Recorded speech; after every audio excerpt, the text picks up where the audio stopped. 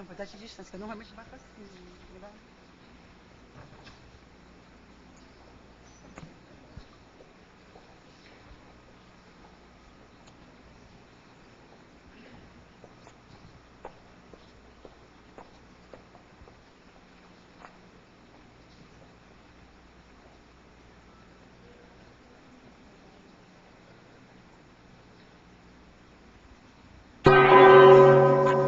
Tertúlia. Meu boa tarde aí para todos. Hoje é dia 27 de julho de 2011, quarta-feira. O verbete é o 2005. 7 páginas, 49 elogios e 22 máximos. Eu chamo a atenção para a seção do detalhismo, que tem 14 máximos. Agora, o tema é retribuistiologia. A especialidade é proexologia. Quem redigiu esse big verbete é o nosso professor Olegário, que está ali na cadeira ou poltrona dos réus, e muito bem assessorado, de modo que ele está preparado para o que deve é. Definição. A retribuistiologia é a ciência aplicada aos estudos da devolução, distribuição ou retribuição fraterna, direta, pela consciência intermissivista homem ou mulher, dos aportes e bens evolutivos recebidos na existência humana, em prol do máximo mecanismo interassistencial, tendo em vista a consecução da autoproex e a teática do para-dever. Os autopenseres focados na retribuição interassistencial. O ato de saber receber e o ato de saber dar. A retribuição do afeto recebido, a intercooperação a dois da dupla evolutiva, o repasse dos aportes adquiridos durante a vida, o autodesenvolvimento da retributividade interassistencial pessoal. Agora, eu li apenas alguma coisa porque só a fatologia tem mais de 20 linhas, para vocês terem uma ideia. Agora, depois tem aí da argumentologia, a taxologia, com 100 categorias de retribuições. Vale a pena ver isso, que está um senhor, uma senhora listagem. Na remissologia, nós destacamos 5 itens. Assistência inegóica, assistência sem retorno, autodesempenho proexológico, desafio da proex e função amparadora. Frase enfática. Retribuir os aportes recebidos durante a ressoma estimula a consciência intermissivista autolúcida para a liderança interassistencial cosmoética, contribuindo para o autocomplexo. Você já saiu da posição de assistido, passando a retribuir mais e a transferir os aportes conscienciais recebidos? Desde quando? A bibliografia tem uma fonte aí que ele está falando aí. Agora, questões.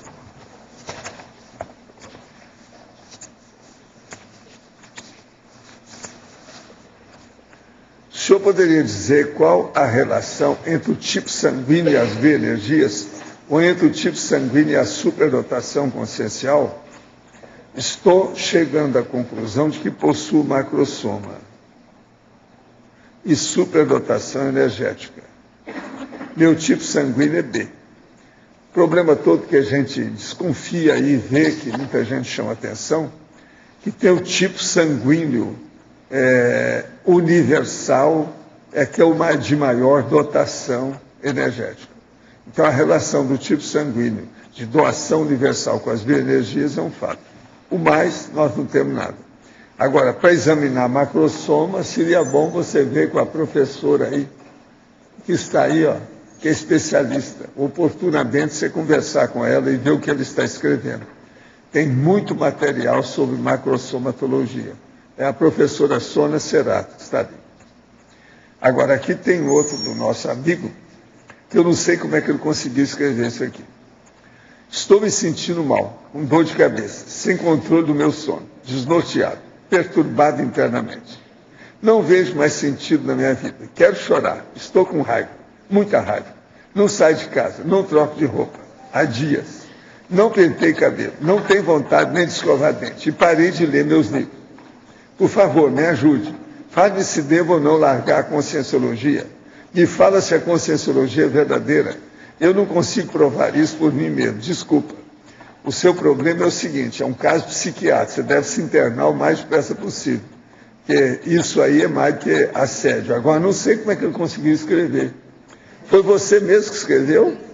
Só já é um prodígio ele conseguir escrever. Você não está fazendo nada. Como é que ele conseguiu escrever certinho?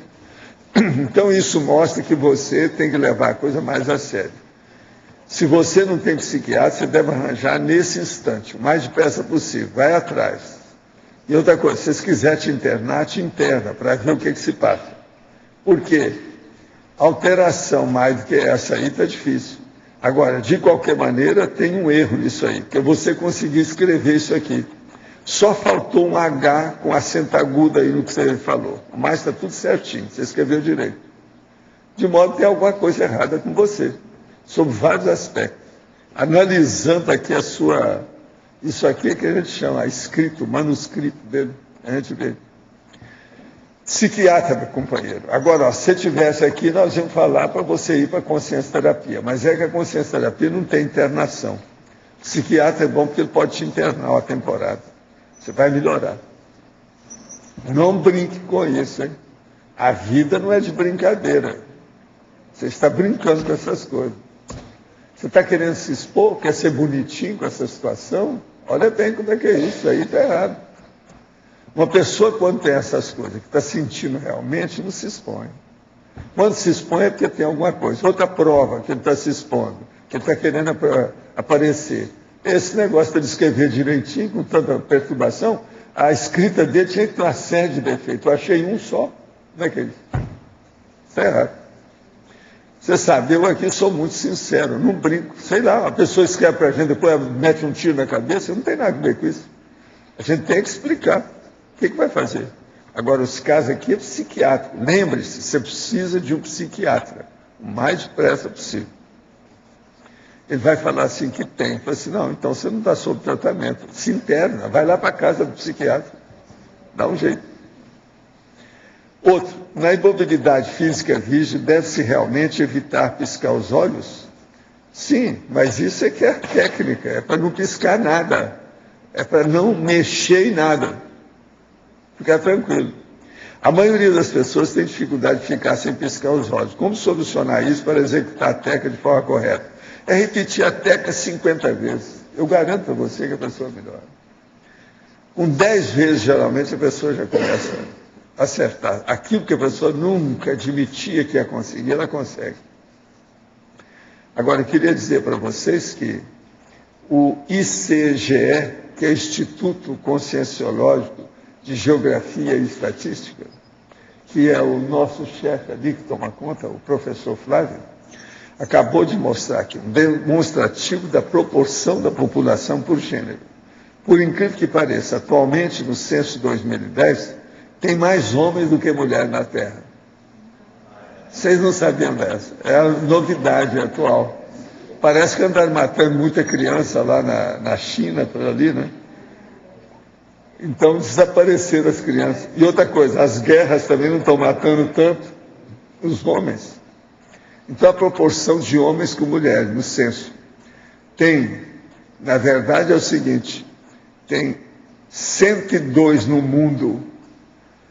Na América Latina já começa a baixar tudo. Tudo as mulheres têm mais. Mas no mundo inteiro eles têm um pouco a mais. Então, no caso aqui, é impressionante a gente ver, porque um pouquinho que seja já é alguma coisa séria. E tem os lugares onde tem mais homem e o lugar que tem menos homem.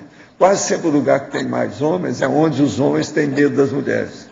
Geralmente é país islâmico. Os homens islâmicos, eles têm medo de mulher. Por isso que estampam mulheres, colocam chador, entende? Burca.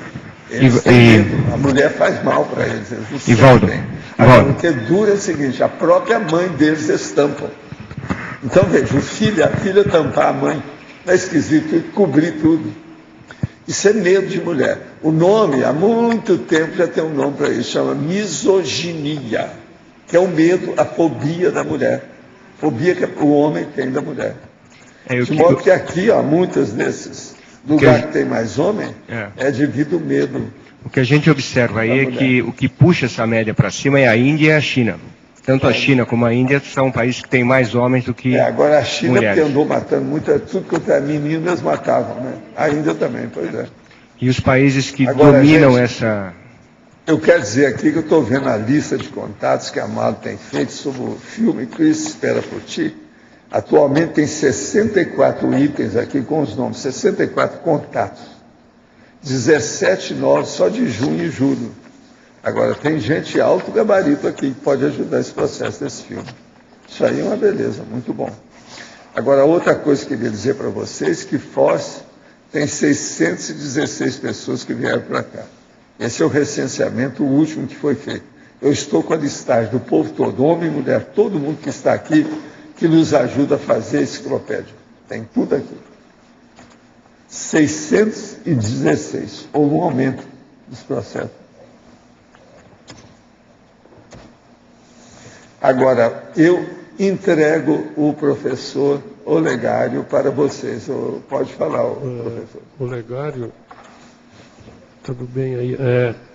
Aqui na fatologia, a terceira linha de baixo para cima na página 42, né? Página 42, terceiro. A transmissão de informação entre as gerações Baby Boomer XYZ.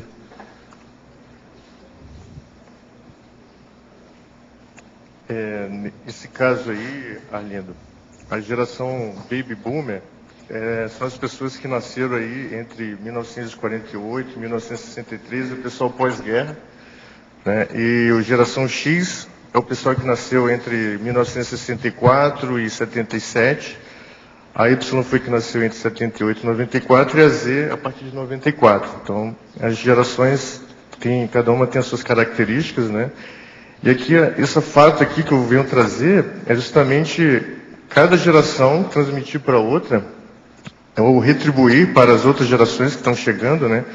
Todos aqueles aportes que eles já conseguiram estar conquistando, né? Porque muitas vezes o que acontece? A gente vê aí a geração Z, que é essa turma que está mais nova aí, cheia de ansiedade, muito isolados, às vezes no computador, não interage muito com a família. Então, tem algumas demandas, algumas dificuldades que tem que aprender com o pessoal mais velho. Então, escutar as gerações mais velhas para ver o que é que aprendeu. Por exemplo, no meu trabalho, a gente tem bastante geração... Eu sou da geração X, né? E a gente atende muita gente da geração Y. E essa garotada da geração Y também, ela é bastante... ansiosa, assim. Só que a partir do momento que a pessoa começa a amadurecer com o tempo, quando ele vai formar uma família, ele começa a acordar mais para a vida. Então, hoje o que a gente observa são não só as gerações, mas os fatores, né? Então, a pessoa ela pode ter nascido nesse período que eu falei, ser tipo da geração Y, mas ser um fator X, que é uma pessoa às vezes mais madura, que respeita mais a hierarquia. Agora, quem não é dessa geração igual ao Arlindo, eu sou de já é antes. maduro naturalmente. Eu sou X-1, sei lá. Não sei se ficou claro. Tá ok, mas eu também tenho que pesquisar essas coisas, porque eu estou desinformado sobre isso. Eu já ouvi, por exemplo, o Adélio falar alguma coisa desse. O Adélio já falou isso. Isso é uma denominação sociológica que se dá, né? X, Y, X, Y e B. Tá, obrigado. Olegário, Marilson. Oi, Marilson. Aqui, bem atrás de você, seu anjo da guarda. Tudo bom? Ok, tudo bem. Parabéns pelo verbete, viu? Muito obrigado. É um prazer muito grande, né, a gente defender um verbete. Mas eu senti falta aqui no seu verbete daquele momento em que você tem um nível de conscientização, em que você reconhece que até as dificuldades ou as dificuldades que você passa tem a ver em ser um aporte para você não se desviar da sua ProEx. Uhum. Eu acho que você podia dar uma olhada nisso. Esse é um passo antes da retribuição, que é a questão dos aportes, né? Sim, mas eu olhei na sua lista de retribuição, E mesmo no corpo do verbete, eu senti falta disso, porque a gente vê que dentro dos cursos, nos processos de autopesquisas, muita gente identifica, eu mesmo já passei por isso, que um momento crítico, que uma situação crítica que você tenha passado na vida, um limite que você tenha vindo na sua PROEX, na sua vida, vai te dar mais tarde a sustentabilidade para a sua PROEX. Aquilo tinha uma função. Eu senti falta disso aqui, não sei. Bom, eu vejo isso como um passo anterior, que a pessoa conseguir passar por essa dificuldade, ser um aporte. A partir do momento que ela passa por essa dificuldade, ela tem um aporte. Ela reconhece que aquilo foi aporte. E futuramente ela vai poder ajudar outras pessoas que passem pela dificuldade também, entendeu? Então a retribuição... É o momento da conscientização que aquela situação crítica foi um aporte. Isso, é o passo antes. Aí seria, vamos dizer assim, a aportologia, não sei como seria o nome da ciência, que vem antes da retribuiçologia, entendeu? É mais nesse sentido, porque o que acontece? O que é a retribuiçologia? É você devolver os aportes. Então, você passar por uma situação, você está criando um aporte. Sim. Agora, depois, quando você for ajudar uma pessoa que está em dificuldade, você está retribuindo aquela situação que você passou de dificuldade. Entendeu? Tá bom, obrigada. Obrigado também. Professor Olegário, aqui em efeitologia, na página 44, eu gostaria de compreender melhor, na segunda linha, o efeito do timing retributivo adequado. Ok. Aqui é mais no sentido de quando você percebeu o momento certo para você retribuir. Muitas vezes você tem que deixar a pessoa passar pela experiência, sabe? Às vezes você vai lá, vai poder ajudar tudo, mas muitas vezes você vai poder deixar a pessoa aprender mesmo sozinho, sabe? Então tem que ver assim, em que momento eu tenho que entrar, em que momento eu tenho que estar ajudando para que a pessoa realmente ela aprenda passar por aquela situação, né? Então não é todo o tempo que a gente vai ter que estar retribuindo, ou estar entrando, ou estar agindo. Então tem que ter uma inteligência, vamos dizer assim, evolutiva, que ela vai sendo desenvolvida com o tempo, e você vai perceber o timing em que você tem que entrar e de repente estar ajudando, né? Tem que ver uma situação, de repente você ficar um pouco mais crítica, ou antes, e aí você faz essa análise. Não sei se ficou claro. Legário, é mais uma reflexão que eu vejo, porque nem sempre os fatos da vida, ou mesmo adversidades, ou mesmo bens que a gente recebe, despertam o sentimento mental somático da gratidão. Alguns pensam que aquilo que ela recebeu, aquelas benesses, não faz mais do que obrigação, que é uma coisa natural. E muitas vezes, da adversidade, a pessoa passa batido e você não escuta o som da moeda bater no fundo do poço para a pessoa mudar e fazer a recim. Então, nem sempre, nem a felicidade, bem-estar, nem a adversidade e os percalços da vida ajudam a pessoa a despertar o sentimento mental somático da gratidão. Eu vejo que é todo um mecanismo da recim, que o mecanismo da recim está calcado nisso. Vejo que quando a pessoa consegue de fato fazer a recim, você nota como um dos resultados aparentes, assim, evidentes, o sentimento de gratidão, que é mental somático, porque é um sentimento nobre, mais elevado. Ele é racional, ele não tem nada a ver com emoção. Ele é perene, ele é indelével, ele é perene. Não tem nada a ver com momento, nada disso. Ele é. Então eu vejo que um dos resultados que a gente pode aferir, pelo menos no meu caso, que eu faço comigo, de aferição, de profundidade de recim, é quanto de gratidão brotou daquele mecanismo. Aquela gratidão, ela vem, ela se manifesta, muda seu holopensene. Então eu noto que esse seu verbete, além de extremamente pontual, ele é sobre o sentimento mental somático da gratidão. Ele tem esse padrão de energia, pelo menos no que eu percebo. Malu, inclusive, eu acho que a base toda da retribuição é a gratidão, né? Então, para a pessoa ela começar a retribuir, fica melhor quando ela entende esse sentimento, sabe? Que nem sempre acontece. Então, por exemplo, como é que eu vim sentir isso? Como é que eu vim sentir essa vontade de retribuir, como é que eu vim sentir, foi a partir da gratidão mesmo. Então, no exemplo aqui, né, por exemplo, eu sou grato aqui à Conscienciologia, ao professor Valdo, pela retribuição que ele traz, né, de transmitir conhecimento, né, outros professores da Conscienciologia que me ajudaram a formar. Então, eu sou grato a tudo isso e o mínimo que eu entendo que eu posso fazer é retribuir. Então, o meu movimento de ida para Curitiba fui por razões de estudo, né, mas eu pude ajudar muito a retribuir com os colegas lá, que tinham bastante gente mais nova, né? Muita gente experiente vem para Foz do Iguaçu e chega o pessoal mais novo, né? Então entra aí a questão das gerações, né? X, Y, Z. Então hoje tem muita geração Y, né? Dentro do IPC lá de Curitiba. E eu cheguei como um fator X, né? Para ajudar dentro desse, vamos dizer assim, de 15 anos já de Conscienciologia. Então foi muito gratificante para mim poder transmitir, ajudar o pessoal e realmente poder acelerar um pouco mais as coisas lá, porque naturalmente eles vão aprender sozinhos, entendeu? Só que às vezes se a gente pode dar um suporte melhor, as coisas elas podem acelerar um pouco mais rapidamente, né? Mas é muito interessante a tua reflexão, hein? Agradeço. Oi, Olegário. Oi. Aqui no B, Oi, na página 47, você poderia ampliar para mim os itens 59 e o 90? 59 e... 59, retribuição intensiva, e o 90, sofisticada. Tá.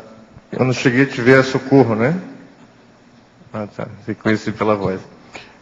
Socorro, a retribuição intensiva é aquela que você fica marcando de perto o trabalho que você está fazendo. Você não pode bobear, você não pode descalçar, você não pode perder o foco, né? Então, muitas vezes tem aquele pedido de TENEPS que a gente tem que estar ali, sabe, de perto, acompanhando, fazendo aquela priorização, numa esterilização de energia ali, ou dentro de um contexto de doença familiar, assim, alguma questão assim que você tem que estar ali acompanhando do lado. É como se a pessoa estivesse andando e você está ali do lado dela como amparador, acompanhando. Então, ela seria mais intensiva, mais forte, mais firme, mais focada, né? E a sofisticada é quando você entra, a retribuição sofisticada é quando você entra com alguma, vamos dizer assim, uma criatividade, né? Um algo a mais, um plus, né? Por exemplo, uma TARES mais sofisticada, de você, tipo, acordar a pessoa, mexer com a pessoa, né? Você está num contexto ali, dentro de trabalho, um posicionamento teu, ele vai estar, vamos dizer assim, mexendo com todo um contexto, com todo um grupo, para ajudar a refletir sobre algum determinado programa. Então, quando você entra com um algo a mais, vamos dizer assim, além da retribuição, uma contribuição, algo que você crie, que você desenvolva mais, inove, né, algo de novo, para o pensene da pessoa. A pessoa está acostumada a pensar de uma forma. Quando você vem com uma coisa sofisticada, aquilo chama atenção. É que nem uma loja, a gente vai aqui no Duty Free aqui da Argentina, né? Se entra no Duty Free ali, você parece que está no primeiro mundo, assim, é um negócio assim, altamente sofisticado, aquilo é impactante. Então eu me lembro até quando eu trouxe meus pais aqui, eu levei eles lá, então, uma coisa que marcou para eles foi a questão do Duty Free. Então, a mesma coisa assim, quando você chega com uma pessoa e faz uma abordagem sofisticada, às vezes um presente, sabe? Pode ser um presente que você chega com a pessoa inesperada ali, a pessoa não está nem... E aí você chega ali um simples presente, que parece que é pouco, né? Mas aquilo pode ser bastante sofisticado para a pessoa, pelo fato de muitas vezes não tá acostumada a receber, não está esperando vamos dizer assim, aquela retribuição, né? Que você já deve ter ganho em algum outro momento da sua vida. De nada. Está ouvindo, Legário? Agora sou eu. Oi, Sônia, tudo bem? Bom? Tudo. Prazer em te ver, viu? Prazer tempo que eu não te via, né? Tempo. Legal. Eu lembrei agora da tua pesquisa sobre o Cristóvão Colombo. Sim. Gostaria de saber se de alguma forma contribuiu na tua própria autopesquisa ou na descoberta de algum traço forte dessa consciência que possa ter te auxiliado nessa tua pesquisa da retribuição e na tua caminhada aí que você está apresentando. Uma coisa assim que o Colombo, dentro dessa minha pesquisa assim, que eu verifiquei que ele tinha muito forte, é a determinação, né? Então ele era um cara que, independente de qualquer coisa, ele ia firme, seguindo os propósitos dele, e foi difícil, foram durante anos, ele batalhou, ele tentou tudo aquilo, até que ele conseguiu o objetivo, né? Que era tentar chegar ali às Índias, à China e tal. Ele achou que tivesse chegado, mas não, enfim, ele depois não conseguiu achar, né?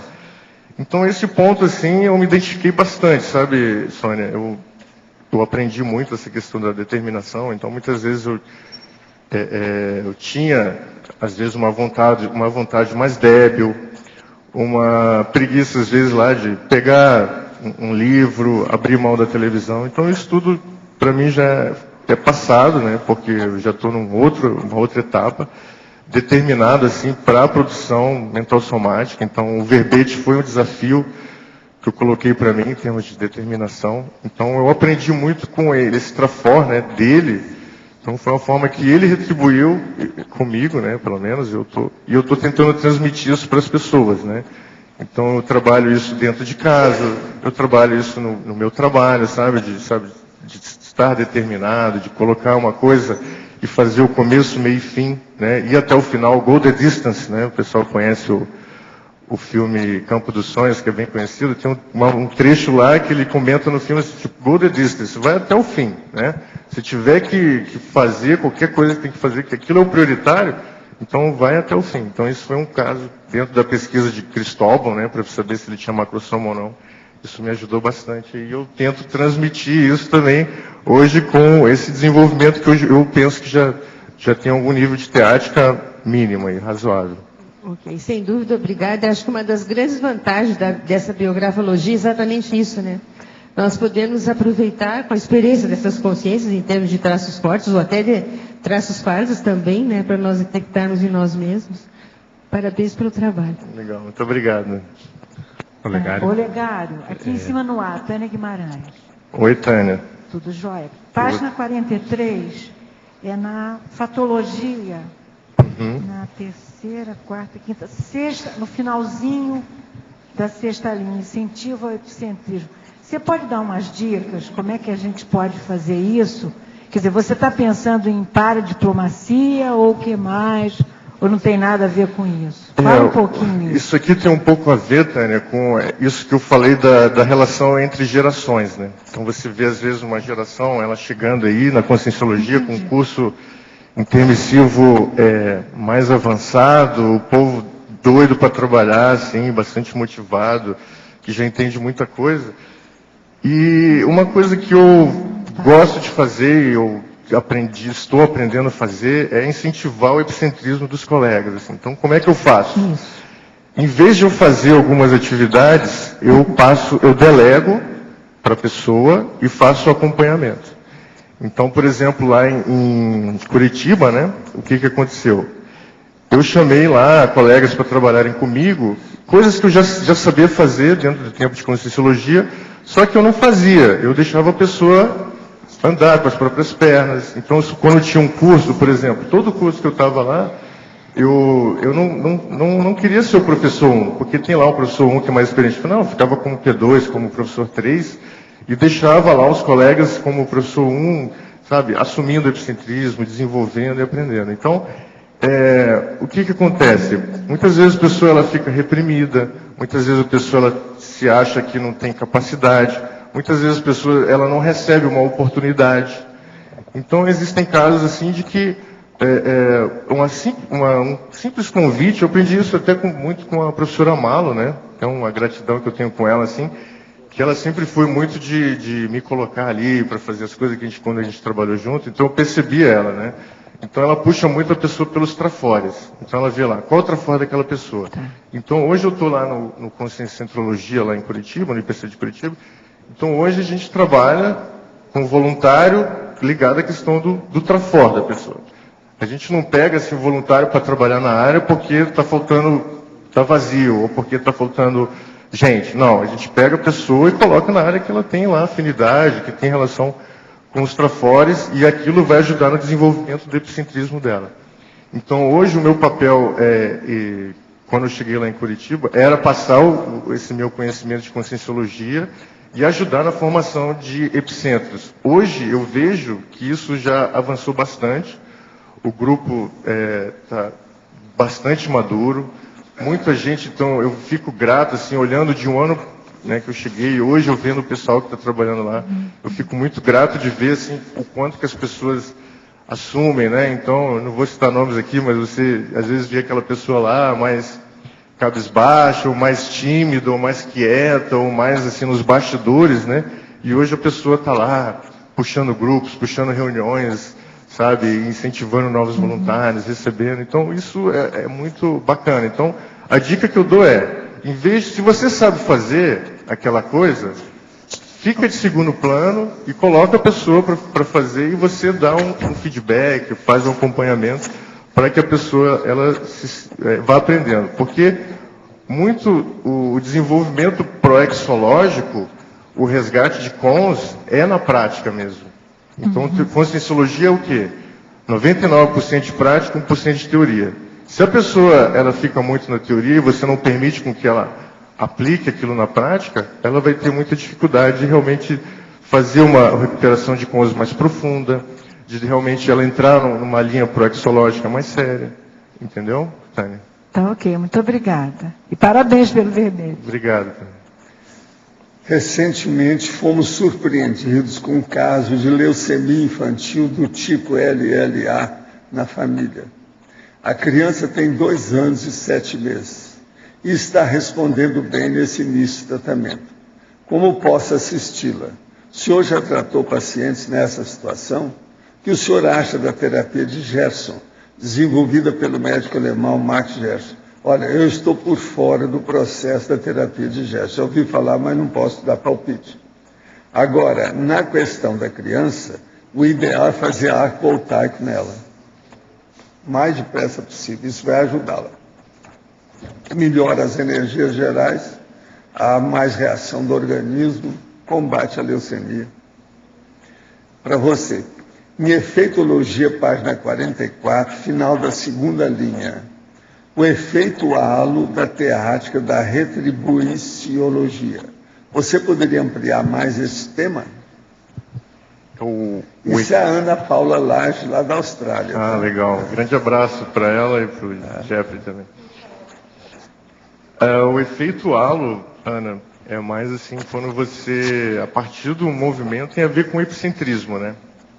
A pessoa, a partir do momento que ela vai retribuindo, passando, transferindo os aportes, todo o conhecimento, aquilo vai gerando um efeito halo e todas as outras pessoas também, elas passam a agir também dessa forma, sabe? Porque é muito difícil as pessoas elas entenderem isso que o professor Amalo trouxe, a questão da gratidão, né, de ser grato pelo aquilo tudo que já conquistou. E aí quando ela começa a aplicar isso na prática, as outras pessoas começam a ver, puxa, isso é legal, isso dá resultado, isso é uma porta, é um caminho para o que para mim ainda é uma teoria, que é a questão da maxi-fraternidade, eu quero chegar lá, né, estou caminhando para isso, gosto de pessoas, gosto de fazer assistência, mas a gente está em constante desenvolvimento, né? Então, a partir do momento que a gente trabalha assistindo, atendendo, ajudando, repassando, ensinando e trabalhando nesse sentido, isso vai gerar um efeito de que as outras pessoas vão sentir vontade, motivação para também trabalhar dessa forma. Então, é o ponto de, vamos dizer assim, de distribuição ou de aumento dessa questão da retribuição. Porque eu vejo que a retribuição é o que vai ajudar a gente a fazer essa reurbanização no planeta. É o que vai ajudar a gente as pessoas, porque é interessante, mas muita gente acha que não tem aporte para retribuir. É impressionante, às vezes você olha uma pessoa super competente, uma pessoa lá, às vezes, mais séria e tal, aí você, como aconteceu já num curso livre, né, que eu tenho um curso livre, que é Proexis e atividade profissional, e aí quando eu falo lá de aporte, a pessoa vira para mim e pergunta assim, mas eu não tenho aporte. Às vezes você olha a pessoa assim, você enxerga nela um monte de... Não falta nada, né? Oi? Tem até carro lá fora esperando por ela. Tem tudo, e a pessoa não quer se enxergar, entendeu? Então ela não se percebe o quanto que ela já podia estar ajudando. Por quê? Elas não têm essa cultura. Quando a gente fala na sociedade assim, de assistência, de retribuir, o pessoal acha que assistência é só medicina, o pessoal acha que assistência é só enfermagem, é só psicologia. Eles não sabem que muitas vezes um cara que é um grande empreendedor, ele pode retribuir esse aprendizado para formar outros grandes empreendedores. Uma pessoa que é um grande vendedor, ele pode retribuir isso para formar outros grandes vendedores. Uma pessoa que é um grande comunicólogo, ele pode retribuir isso para formar outros grandes comunicólogos. Então, esse movimento é que ainda as pessoas não percebem e aí não conseguem se enxergar, por causa dessa dinâmica mesmo da sociedade, né? Que não foca, não prioriza isso. Ora, aqui no seu verbete, que está muito bem feito, tem algumas coisas que seria bom a gente chamar a atenção. Você falou sobre a devolutivologia, devolução. Depois você falou doação de órgãos, programação existencial, cláusula pétrea, docência conscienciológica, aportes conscienciais, arco voltaico, projetabilidade lúcida, agenda extrafísica, resgate na baratosfera, curso intermissivo e central extrafísica de energia. Isso tudo para mostrar o processo da retribuição. Agora, eu queria saber o seguinte, ainda não vi você, professor Laínio Loche, da Apex, falar nada aqui para o Olegário, sendo que o verbete dele é da Proexologia, você não vai nem agradecer ele ter feito esse tratado de Proexologia. Eu não entendi. Como é que ele imita? Momento de satisfação, ele não tem o negócio de falar aí. Não, só um esclarecimento. Eu tentei falar, mas aí outras pessoas falaram e depois você entrou nas perguntas. Está tudo certo. Eu ia falar, já tinha até anotado aqui. Outra coisa é a seguinte, antes da tertúlia eu falei, Olegário, você está esperando o que para ir para a Apex? Desculpa aí o IPC, né? Mas ele já está há anos, porque está já pensando em vir para a Apex e tal. Então a gente agora já deu um ultimato para ele, que ele tem curso livre sobre ProEx, tem agora o verbete, está propondo uma especialidade. Olegário parece que é o homem que dá legados, né? E o legado proexológico, né? Então é só para ficar sabendo que ele deve estar assumindo essa condição dentro da Apex. Então tá. Então, eu queria perguntar sobre o processo. O Loche vai falar. Não, eu queria perguntar sobre a condição da paradoxologia, na página 44. Se você pudesse explicar esse paradoxo. É o paradoxo da retribuição espontânea supercalculada. Eu acho que toda retribuição ela tem que ser espontânea para não ficar aquela coisa muito forçada, principalmente porque tem pessoas que não querem receber uma determinada assistência. Então, retribuir para aquelas pessoas que realmente estão precisando. A supercalculada entra mais naquela situação em que a gente percebe que precisa ter um detalhismo, um timing, está relacionado com o timing, né, de você entrar, a questão de um planejamento, então você planejar como é que você vai fazer, se você vai ter tempo para aquilo, se a pessoa ela tem realmente o potencial ou simplesmente você vai, vamos dizer assim, deixar a pessoa frustrada, avaliar também que recursos, né? Que recursos vão ser necessários para serem trabalhados naquela retribuição. Então, não é uma coisa por impulso, não é uma coisa assim de imediato, não. Às vezes a pessoa planeja, estuda, prepara, vê os recursos, tudo, para que efetivamente ela consiga ter um resultado favorável, né? Então, vamos dizer assim, ir para acertar, ir para uma coisa mais certeira mesmo, né?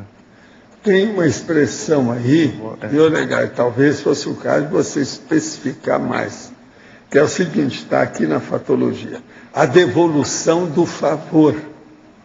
Tem que falar que essa devolução aí, no caso, ela é positiva, porque tem aquele cara que recebeu alguma coisa e ele mandou de volta com uma banana para quem deu. Sim, sim. É a devolução do favor. Ele não admitiu, não aceitou. Então isso aí é bom a gente explicar aqui. Se você expor que essas coisas existem. Você está falando do positivo. Positivo, exatamente. Tanto que trouxe como uma proposta de tema. Aqui a gente pode pôr assim, a devolução positiva do favor. O que você acha? Pode pôr? Eu acho que fica ótimo, sim. Olegário. Oi. A Meracilde. Oi, Mera. Na página 43, na fatologia, na terceira linha aí, de baixo para cima, a contribuição inovadora além da retribuição dos aportes. Você pode desenvolver um pouquinho mais?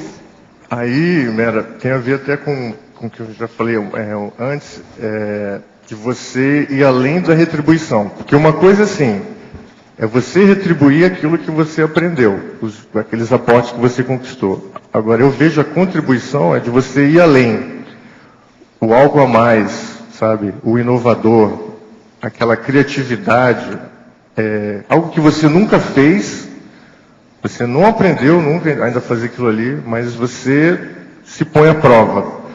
Porque também ficar só devolvendo aquilo que a gente ganhou, ele pode ficar limitado. Então aí você pode ir além da retribuição que você criar, né? Inovar e se colocar à prova. Que eu acho que a gente também vai crescendo com isso, sabe? Então, apesar de eu estar aí no IPC já há bastante tempo, já aprendi bastante coisa, sou muito grato aí aos professores aí que me formaram, tudo, mas eu sempre procuro me colocar à prova. Por exemplo, o verbete. O verbete foi uma coisa que eu quis me colocar à prova, né? Tipo, eu achava difícil, eu achava que eu não teria capacidade, né? Eu achava que era uma coisa que estava muito distante da minha realidade. Eu falei, não, eu vou...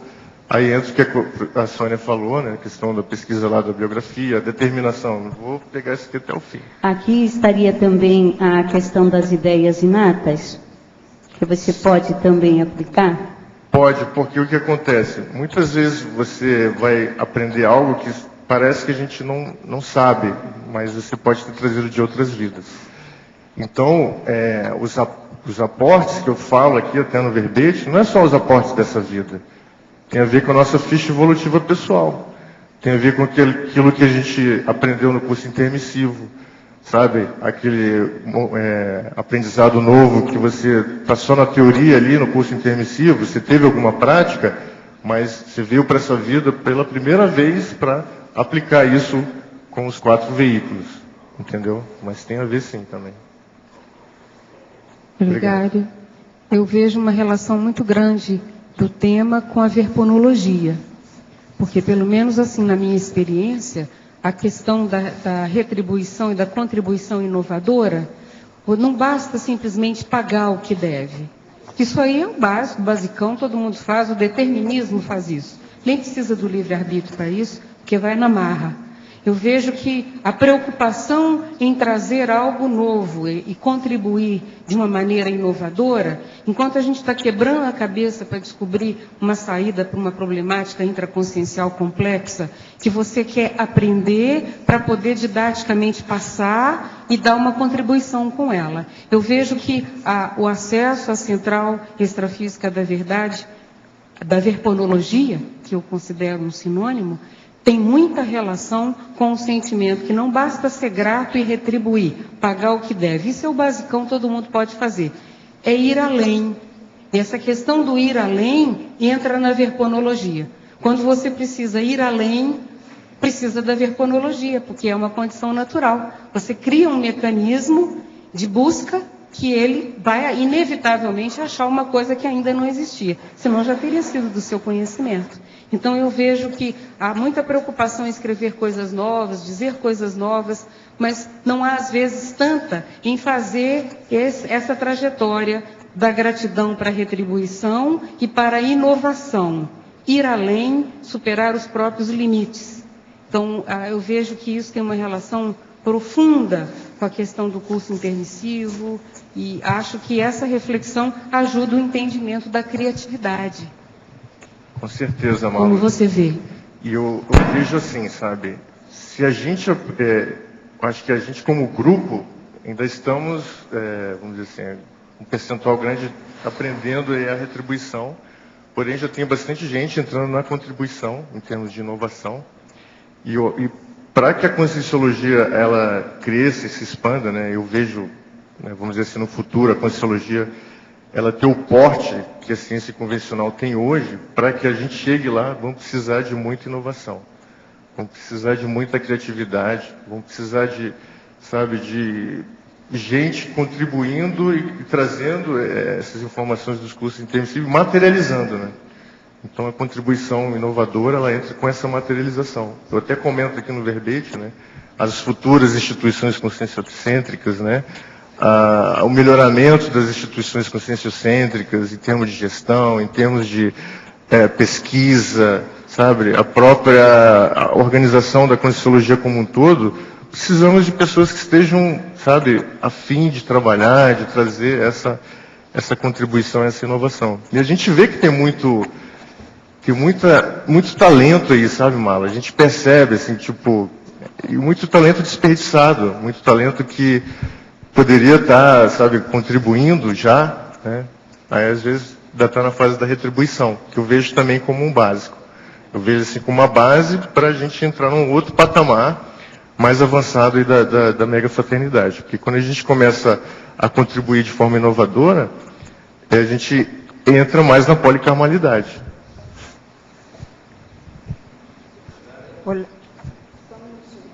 Também que quanto mais a gente entra nesse processo, mais autonomia, menos depende de funções, cargos, ICs, posições, tudo isso vai ficando um pouco secundário, a não ser por uma questão de organização social humana, mas que cada vez a Consim independe desse tipo de processo para produzir. Essa produtividade em alta escala, ela não depende muito dessas fronteiras. Não. Então, ninguém pode reclamar. Se a questão dos aportes que a pessoa já recebeu da holobiografia estão realmente sendo postos em prática, tem espaço, é um mercado em franco crescimento, em expansão e com uma demanda imensa. Porque ainda estamos muito formatados e presos a coisas pequenininhas que não permitem justamente o acesso à Verpom. A Verpom da gratidão, por exemplo. Sim. E aí, Mal, eu concordo com você, eu acho que depende de cada um de nós, né? Cada um pegar seu curso intermissivo, dar uma revisada naquilo que aprendeu e realmente assumir.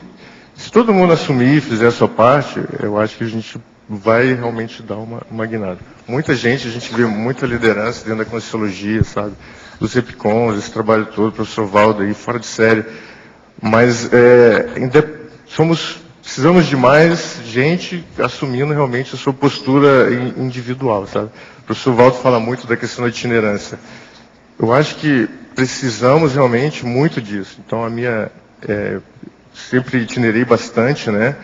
Agora que eu estou mais parado, que eu estou, né, lá em Curitiba agora, trabalhando no IPC local lá, mas a itinerância, ela é fundamental para ampliar, para a gente enxergar assim, o universo que a gente tem fora para ainda ser trabalhado e desenvolvido, né? Hoje, do tamanho que nós somos, nós somos pequenos ainda em relação ao trabalho que dá para a gente expandir, né? Uma visão assim, traforista, não é trafarista não, porque tem um potencial muito grande, realista, né? É de ter um potencial muito grande para nós estarmos trabalhando. Então, isso tem a ver com o efeito halo, né, que eu falo aqui, de a gente criar lideranças, de a gente criar epicentros, sabe? Criar no sentido de multiplicar, né, de incentivar, de permitir com que as pessoas elas encontrem os seus espaços, as suas áreas, as suas especialidades nos quais elas vieram estar trabalhando aqui. Olegário, Oi, aqui número 13, retribuição cientificista. Eu recomendo trocar isso, porque cientificista, ela provém aí do enaltecimento da ciência, pelo positivismo, né, do cientificismo. Eu recomendo botar aí científica. Não sei se você concordar. Né?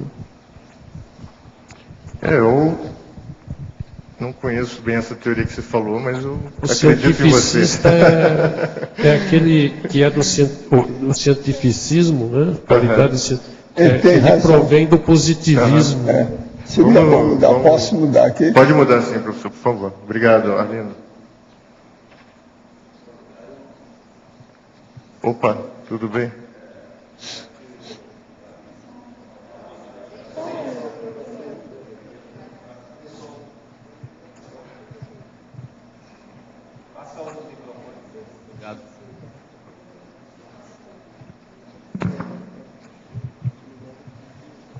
Alô?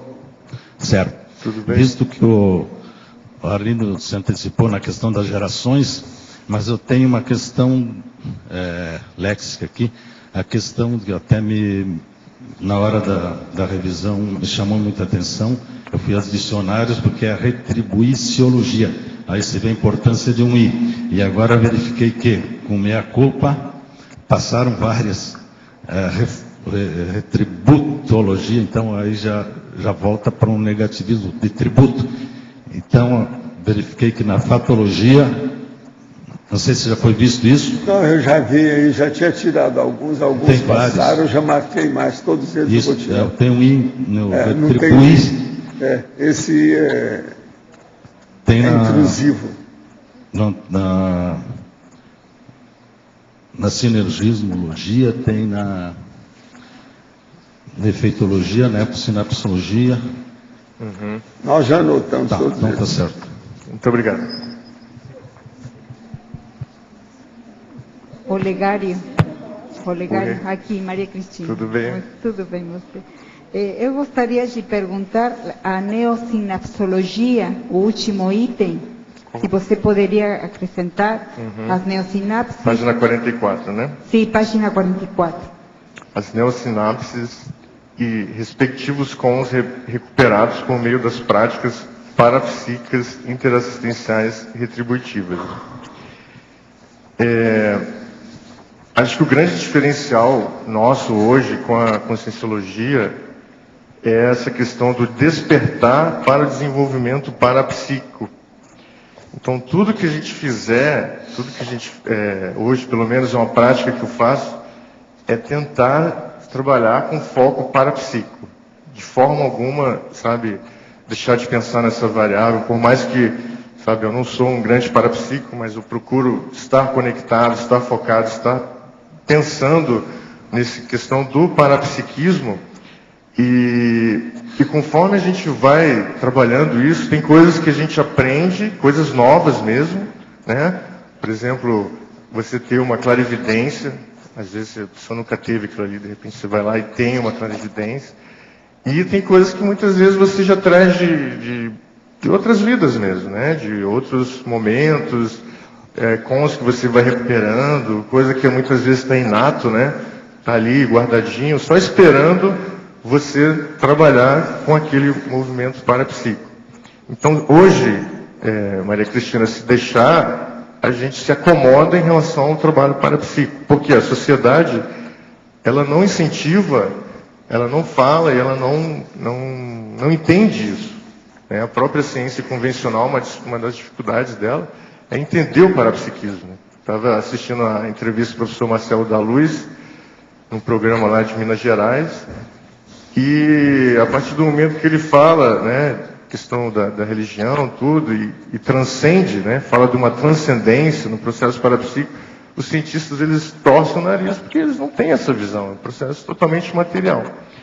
Então, se hoje nós estamos como voluntários e como pessoas que estão aí, pesquisadores da conscienciologia, com uma visão ainda intrafísica, está errado. Então, tudo que a gente fizer, assim, o ideal, né, é que a gente, sabe, tente focar, tente desenvolver. É dentro de um curso, é no trabalho, é em casa, é na relação com a dupla. Então, a todo momento,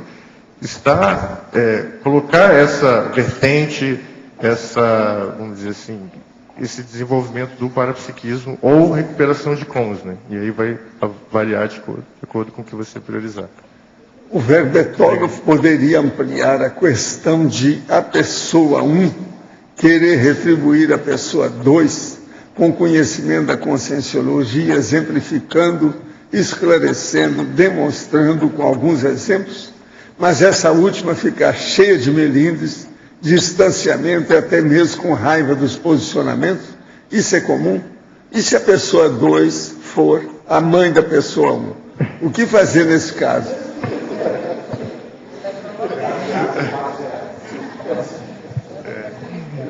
Qualquer... Manda para a holoteca. qualquer proximidade com a realidade é mera coincidência, né? Então, nesse caso aí, eu acho que tomar cuidado para não querer forçar a barra, porque aquilo que eu comentei aqui em um momento, retribuir aquela pessoa que ela quer. Não dá para a gente, porque retribuição ela é uma assistência. Então, se a pessoa não está aberta àquela retribuição, não adianta a gente forçar uma barra. A gente pode estar realmente querendo montar aí um estupro evolutivo, né? Alguma coisa que efetivamente não é o time, não é o momento da pessoa. A minha mãe, ela até brinca comigo, assim, ela fala, ô meu filho, como é que está lá a sua religião? Eu falei, tá tudo bem, mãe, entendeu? É a forma como ela entende, e eu procuro também respeitar o ponto de vista dela, e não vou, de forma alguma, sabe, até pelo fato de ser minha mãe, eu não vou ficar arrumando encrenca ou confusão por causa disso, né? Às vezes quando eu vou para a casa dela lá, né, que ela mora em Manaus, aí ela fala, ela sabe que eu faço TENEPS, mas não sabe o que é direito, né? Ela fala, meu filho, já botei lá o colchão para você fazer seu exercício.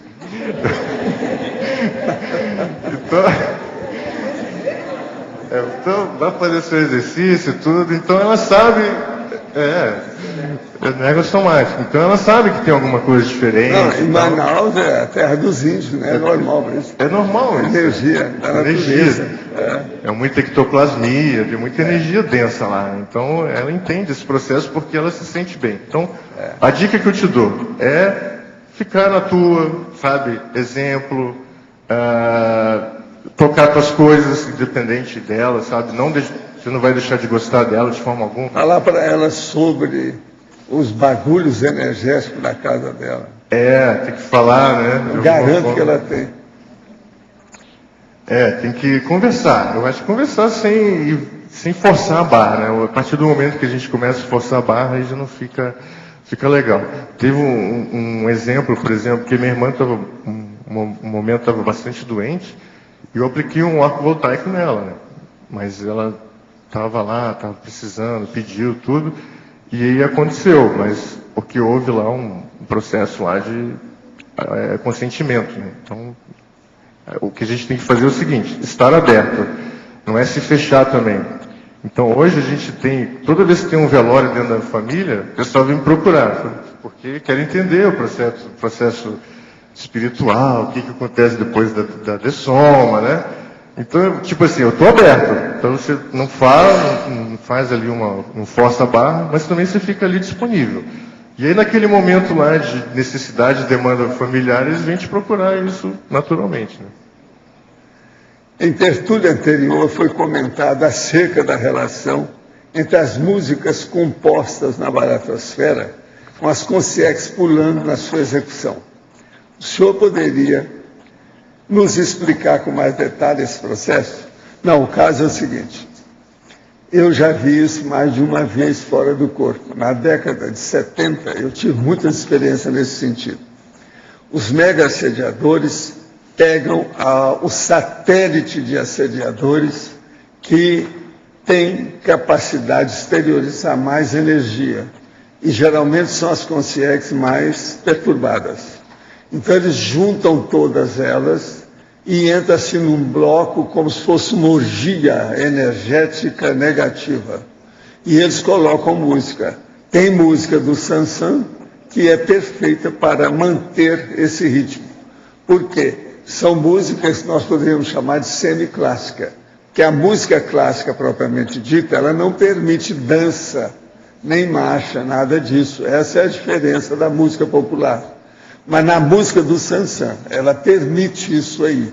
Então eu vi isso funcionando fora do corpo lá, com essas satélites de assediadores e os mega assediadores dominando aquilo tudo para poder fazer uma potencialização da energia e dominar certos ambientes e certas pessoas.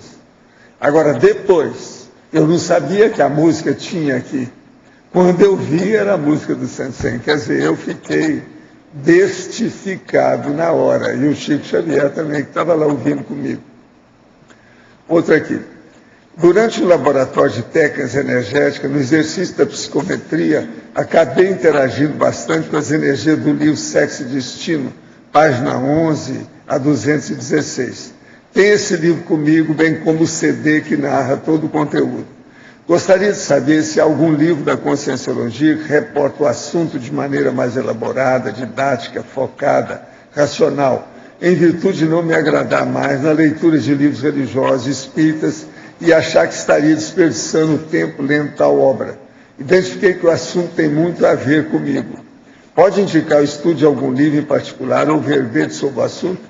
Não, seria bom você ler um livro que eu escrevi que chama Projeções da Consciência. É um livrinho, às vezes vai te dar alguma ideia. Ao verbetógrafo, falando em retribuição, como você vê certas ou nossas possíveis retribuições associem para as consciências que não fazem parte da conscienciologia? É de Curitiba essa pessoa.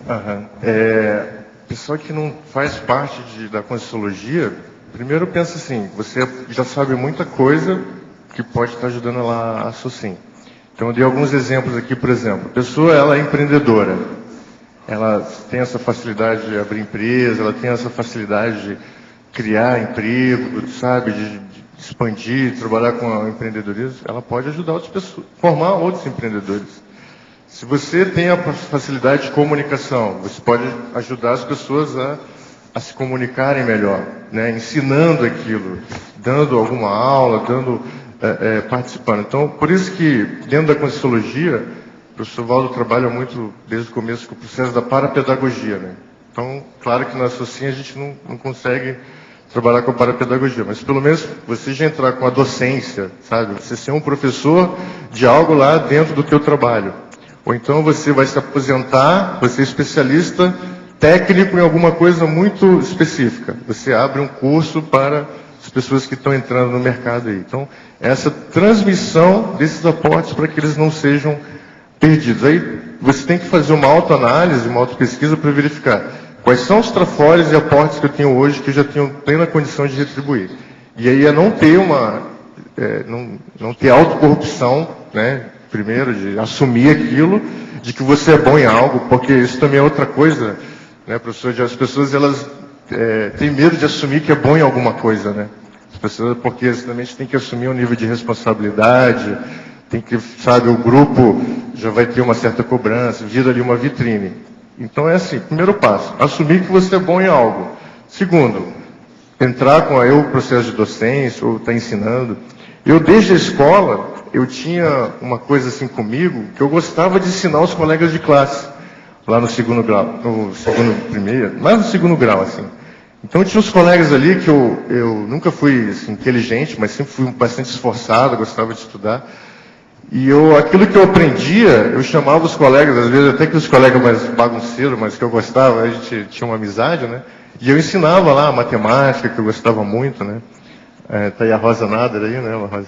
Então eu ia lá, ensinava matemática, tudo, aquilo que eu sabia. E muitas vezes eu não gostava muito de biologia, aqueles outros colegas que já tinham alguma informação me passavam também. Então havia até uma troca, né, de conhecimentos. Então a base é essa, assumir que você sabe algo e está devolvendo isso de alguma forma. O verbetógrafo poderia explicar, em Sindromologia, página 45, a requisição de reconhecimento, consideração, recompensa e gratidão na síndrome da auto-vitimização? Na verdade, aqui a questão daquela pessoa que ela retribui, mas ela espera algo em troca, né? Então, a pessoa, ela quer ser reconhecida, ela quer uma recompensa, ela quer uma gratidão. Eu acho que todos nós temos ainda algum nível disso, né? De receber um tapinha nas costas, de, sabe, um parabéns e tal. Às vezes, a natureza humana, pelo menos, eu acho que ainda está nesse nível. Mas eu entendo assim, sabe? Que a partir do momento que a gente amadurecer, né? Chegar no nível de holomaturidade, a gente não vai mais precisar disso. É o caso do serenão, né? O serenão, ele tem um nível de maturidade suficiente. Eu acho assim, ele não se mostra para os outros porque as pessoas, elas não têm uma maturidade para entender que ele tem um nível de maturidade alto. E também eu vejo uma outra coisa. Ele não se mostra para os outros porque ele não precisa mais, sabe, de tapinha nas costas, no reconhecimento. Então ele já está muito mais maduro. Então, já que a nossa meta é ser serenão, um dia a gente vai chegar lá de não precisar mais de consideração, reconhecimento, gratidão. A questão aí, como é que vai ser trabalhado? É a maturidade. Então, quanto mais maduro a gente está, menos reconhecimento a gente vai precisar. Porque muitas vezes pode acontecer da pessoa se auto-vitimizar. Ah, eu ajudei o outro e o outro não reconheceu. Ah, eu ajudei o outro e o outro não foi grato comigo. Sabe? Então entra no processo de auto-vitimização. Aí você tem que avaliar assim, processo de intencionalidade. Será que aquela retribuição efetivamente era isenta em termos de você querer realmente um prêmio, né, uma troca, uma barganha, né? Então esse é o ponto. Então a pergunta é, em que nível hoje nós estamos de necessidade de reconhecimento dos trabalhos de retribuição que a gente já faz hoje? Na SOCIM. Alver Betógrafo. Dentro da vivência com a dupla evolutiva, onde um enxerga sempre os trafores e o outro só os trafares, como pode haver uma retribuição dentro da PROEX de cada um? Primeiro tem que ter uma técnica, você conversar com a dupla e os dois, um entregar para o outro, tanto os trafores quanto os trafares. Então não adianta também um ficar só vendo os trafores do outro, senão fica que nem aquela coisa da mãe, né? Ah, meu filho é lindo, meu filho é maravilhoso, sabe? Meu filho é perfeito. Às vezes isso também não é legal. Então você também tem que ver assim, você tem que saber passar para ela os trafares, além dos trafores, os trafares. E incentivar ela, e você está aberto também a receber esses trafares, mas pedir também os trafores dela. E aí você vai acompanhando, porque a dupla, se você tem esse nível de abertismo, né, isso vai ter que ser conquistado por você vai ter que chegar, conversar, ter um nível de abertura tua, de conseguir chegar nesse nível de abertismo. Isso vai ser uma conquista de vocês. Depois que vocês conseguirem isso, vocês vão ver que vocês vão entrar em outro nível. Mas é um exercício mesmo. E depende mais de você, que parece que está com um nível de lucidez maior, né, do que com o outro. Aquela coisa, o menos doente assiste o que está mais doente. Então, aí a bola está na tua mão. Olha, uma segunda aqui da Ana Paula Lage, lá da Austrália. Desde muito cedo nessa vida, vivi em um ambiente familiar conturbado, marcado por agressividade, conflitividade, repressão e brutalidade. Já estou fora desse ambiente há vários anos e não tive tanto contato com pessoas e ambientes com a mesma característica. Ultimamente, no trabalho, tenho que lidar com pessoas com o mesmo padrão de minha história familiar. Percebo que ainda é difícil para mim. Quanto à retribuiciologia, como posso entender essa situação? Que relação teria a repetição de experiência no decorrer da nossa vida, especialmente aquelas que foram marcantes com a retribuiciologia? É isso aí, Ana Paula, é o seguinte, ó. Se está vindo ainda, é porque você tem que pontuar algumas coisas. Então, pensar assim, você vai ter que precisar escrever sobre isso, sabe? A tua superação, ou parcial, né, ou total, desse convívio. Então, o quanto que você já superou isso. Então, trabalhar a tua autopesquisa, se realmente está superado ou não. E escrever sobre isso, sabe? Eu acho que vale um verbete, vale um artigo. E pensar num livro também, porque quando você entrar poxa, imagina, um livro sobre essa questão de autossuperação, né, de ambientes mais difíceis, né, em situações mais complicadas assim. Isso vai ajudar muita gente, porque isso é o mais comum, é o que a gente vê, é o dia a dia, sabe? Pessoas com dificuldade dentro de casa, pessoas com dificuldade de relacionamento lá, violência doméstica, sabe? Um monte de coisa nesse sentido. Então, quando você tiver aí você vai começar a tatear a policarmalidade, penso eu, né? Escrever sobre isso. Então, acho que se está vindo ainda, é porque está demandando. E aí depende de você estar expondo. Acho que vale a pena você ajudar, já com o nível de experiência que você já tem. Explicar aquilo tudo que você já passou, como é que você superou aqueles traços, entendeu? Então, vejo que você tem muito a retribuir com esse pessoal, porque algum nível de superação você já tem. A pessoa que percebe ter várias características da síndrome do justiceiro, Como se certificar se realmente tem a síndrome? Qual forma ela utiliza para eliminar essa síndrome? Você quer falar? É bom. O justiceiro, ele quer, muitas vezes ele está mais atrapalhando do que ajudando, né? Por que acontece? Aquela coisa de muitas vezes a gente tem que se omitir, a gente tem que ficar em segundo plano. Se a pessoa quer ajudar o outro, ele está tirando a oportunidade do outro, primeiro, de se defender. Então ele não vai estar ajudando de forma alguma. Muitas vezes o justiceiro é um taconildo, ele está fazendo tacon, porque ele não permite. Outra coisa, às vezes a justiça pelas próprias mãos, né? Às vezes a pessoa percebe ser errado. Que é coisa mais... O linchamento. Agora aqui, Alver Betógrafo. Você poderia expandir as seguintes ideias a partir da sua experiência? 1. Na fatologia, página 43, terceira linha de baixo para cima. As contribuições sociais das empresas conscienciocêntricas sem esperar retribuição. Eu tive uma empresa aqui em Foz do Iguaçu com o Max, né, o Maximiliano, e a gente, sempre que podia, né, a gente estava ajudando aqui, por exemplo, a enciclopédia, a gente tinha aqui uma assinatura, a gente ajudava os funcionários. Então, de alguma forma, a gente não tinha uma empresa conscienciológica, era mais conscienciocêntrica, né? Então a gente procurava trazer, sem falar nada de parapsiquismo com os funcionários, mas a gente procurava tratar bem os funcionários, a gente procurava interagir com eles, saber que tinha algum problema pessoal ali, fazer tares com funcionários, às vezes aquele funcionário que tinha um nível de autocorrupção ou alguma dificuldade, então fazia tares ou ensinava aquele funcionário. E tratando bem as pessoas, porque a gente vê que tem muita empresa, muito empresário que trata mal as pessoas, sabe? São grossos. Eu sou de formação engenheiro, trabalhei muito em multinacionais e eu via as pessoas gritando com as outras. E eu olhava aquilo ali e eu falava, isso não é para mim. Então é aquela coisa, o engenheiro para tocar peão, ele tem que ser no grito. E isso para mim eu achava um absurdo. Então foi aí que eu meio que entrei em crise, então eu comecei a mudar, a migrar minha profissão mais para uma área de gestão, que é a que eu estou hoje, trabalhando com consultoria.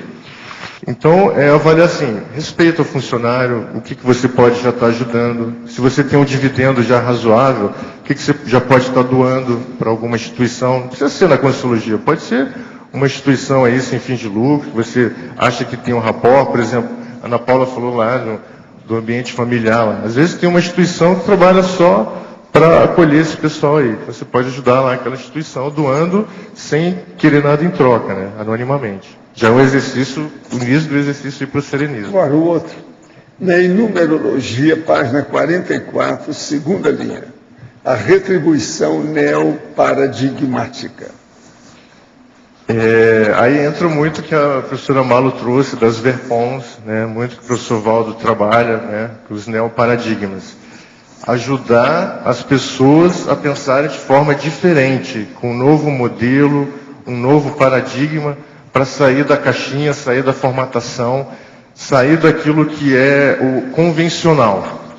Então você trabalhar de forma a impactar a forma das pessoas pensarem. Isso, o que eu vejo como responsabilidade maior, pelo menos minha, é dentro do processo de parapsiquismo. Claro que se isso for possível e você tiver abertura para isso, sabe?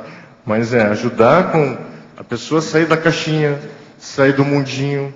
Muitas vezes o rapaz que escreveu aqui, o professor Valdo, o cara centrou nele mesmo, né? Está no nível de egocentrismo muito forte ali, e não vê que tem outras coisas fora, não consegue expandir o paradigma, a forma dele pensar. Né? Pode ser questão psiquiátrica também, mas o que mais a gente vê é a pessoa se vitimizando, reclamando. Então, dentro do meu código pessoal de cosmoética, para mim, eu não quero mais reclamar. É uma coisa que, reclamar, se vitimizar, ainda tem, mas está lá no meu CPC. Olha, se reclamou é porque não está legal, alguma coisa está pegando aí. O senhor fala muito sobre cremar o soma depois da dessoma, que isso favorece a segunda dessoma e é higiênico. Quando a pessoa doa um órgão e depois dessoma, por acaso não dificulta a segunda dessoma, uma vez que o órgão possui energia consciencial da consciência doadora, poderia esclarecer? Não, não tem nada a ver com isso. Cortou, consciência foi embora, não tem nada a ver com cadáver, isso é bobagem. Cadáver é uma coisa, consciência que está solta é outra coisa, não tem nada a ver. Pode doar o órgão, quanto mais doar, melhor, e pode cremar o corpo, quanto mais cremar, melhor, para todo mundo. Quando você sente que está sendo sugado energeticamente por desencarnado e encarnado, qual a forma de proteção? Como não deixar se influenciar por ambos? Dia 12 de agosto estarei em Foz para consulta. É uma pessoa de Curitiba. Ela, de vez em quando, escreve para cá, tem uns problemas, já mandou coisa até para a TENEPS, eu conheço aí da história. Vamos ajudar. Isso aí tudo, você vai ter, o ideal seria entrar na consciência terapia. Agora, terceira da Ana Paula Lage, da Austrália, para você. Hoje é o dia dela. Eu falei nela, ela gostou. Qual seria a relação entre o processo da retribuciologia e a estagnação da programação existencial? Poderia relacionar a retribuciologia e a procedência extrafísica? Tem tudo a ver, né, Ana? Porque a retribuciologia está diretamente ligada com a assistenciologia, né? E eu quis colocar dentro da proexologia porque é a base, né? Então o professor Valdo, ele escreveu no livro Manual da Proex, tem duas formas de a gente estar trabalhando, identificação da Proex, né, que é a questão dos traços pessoais e a questão da fórmula, dos traços pessoais e a fórmula da retribuição. Então tem duas formas. Então, o que acontece? Você vê os teus traços, vê quais são os teus trafores, aquilo que a gente comentou aqui, o que você já pode retribuir e aplicar isso. É simples assim, né? Mas tem que ter coragem, firmeza. Muitas vezes assim, Ana, a gente que é professor docente de Conscienciologia, a gente acha que vamos retribuir só dentro da Conscienciologia. Não. Sabe, o exemplo que você trouxe lá no teu trabalho, você vai poder ajudar muito lá. Sem precisar falar de Conscienciologia nem nada, que é um estofo que você já ganhou, um aporte que você já conquistou nessa vida. Então é por aí, sabe? É extrapolar isso, a gente estender para o nosso dia a dia, o cotidiano. Eu acho que Conscienciologia é prática, não dá para a gente ficar só, sabe, na teoria, sabe, nos neologismos, sentados, assim, sem fazer nada. Eu acho que tem que ter uma prática e aplicar isso no dia a dia. Ver como é que é, né? Ver se deu resultado, se não deu. E aí a gente vai poder estar ajudando a sociedade. Eu queria chamar a atenção uma coisa interessante aqui no seu verbete. Na taxologia tem 100 categorias de retribuições. Eu separei 10 que têm relação, mais ou menos, com o processo extrafísico, parapsíquico, multidimensional. Veja só. 02, retribuição amparadora. 07, retribuição assistida. 19, retribuição consciencioterápica. 31, retribuição desassediadora. 41, retribuição extrafísica. 66, retribuição multiexistencial. 69, retribuição parapedagógica. 70, retribuição parapsíquica. 74, retribuição pela TENEPS. 82, retribuição projetiva. Vocês estão vendo que são tudo temas que mexem com o processo da extrafisicologia. Isso aí, 10% do trabalho que você teve aqui da listagem está falando nessas retribuições. São 10 categorias no meio das 10, das 100. Isso é interessante ver. E outra coisa, se você for olhar, são todas diferentes. São distintas uma da outra. Isso aí é seríssimo. Professor. Agora, aqui para você. Em Paradoxologia, página 44. Você tem exemplos da sua vivência? É paradoxologia, página 44. Você tem exemplo da sua vivência? Eu trouxe alguns exemplos aqui, por exemplo, lá na escola, né? De tipo, eu aprendi alguma coisa, ensinava os colegas da escola, na faculdade também. Não, você já falou vários aí da empresa, etc. A empresa, Isso é importante. Os artigos, né? Então, o professor Valdo, assim, como ele trouxe a Conscienciologia, eu desassediei minha Tossoma pelo trabalho que ele faz, então eu falei, poxa, vou firmar isso aqui, é possível, né? Então, trabalhei, já escrevi alguns artigos, estou com verbete, então é a questão de... Não, eu quero ver mais 50 verbetes seus. Eu gostei muito dessa. A amostra grátis reduzida está ótima. A técnica eu quero ver o resto. 50 vezes mais. Mais vezes. Legal. O Malo, você queria falar? Faz favor. E tem também a docência também. E tem também a docência conscienciológica para ele, eu acho que é legal, assim, eu acho que é interessante. Na página 44, em Fobiologia, você fala autossuperação da assistenciofobia. Você pode nos dizer algumas técnicas ou práticas que auxiliam nessa autossuperação da assistenciofobia? Se começar com práticas pequenas, né? Retribuições pequenas assim, e depois ir com o tempo ir ampliando, expandindo essas retribuições. Então, primeira coisa, prática, né? Ser mais prático, querer retribuir. E tem um passo antes aí, Cris, que eu comentei também, primeiro, assumir o trafor, sabe, assumir lá a especialidade, assumir a sua questão e ser prático. Conscienciologia para mim é prática.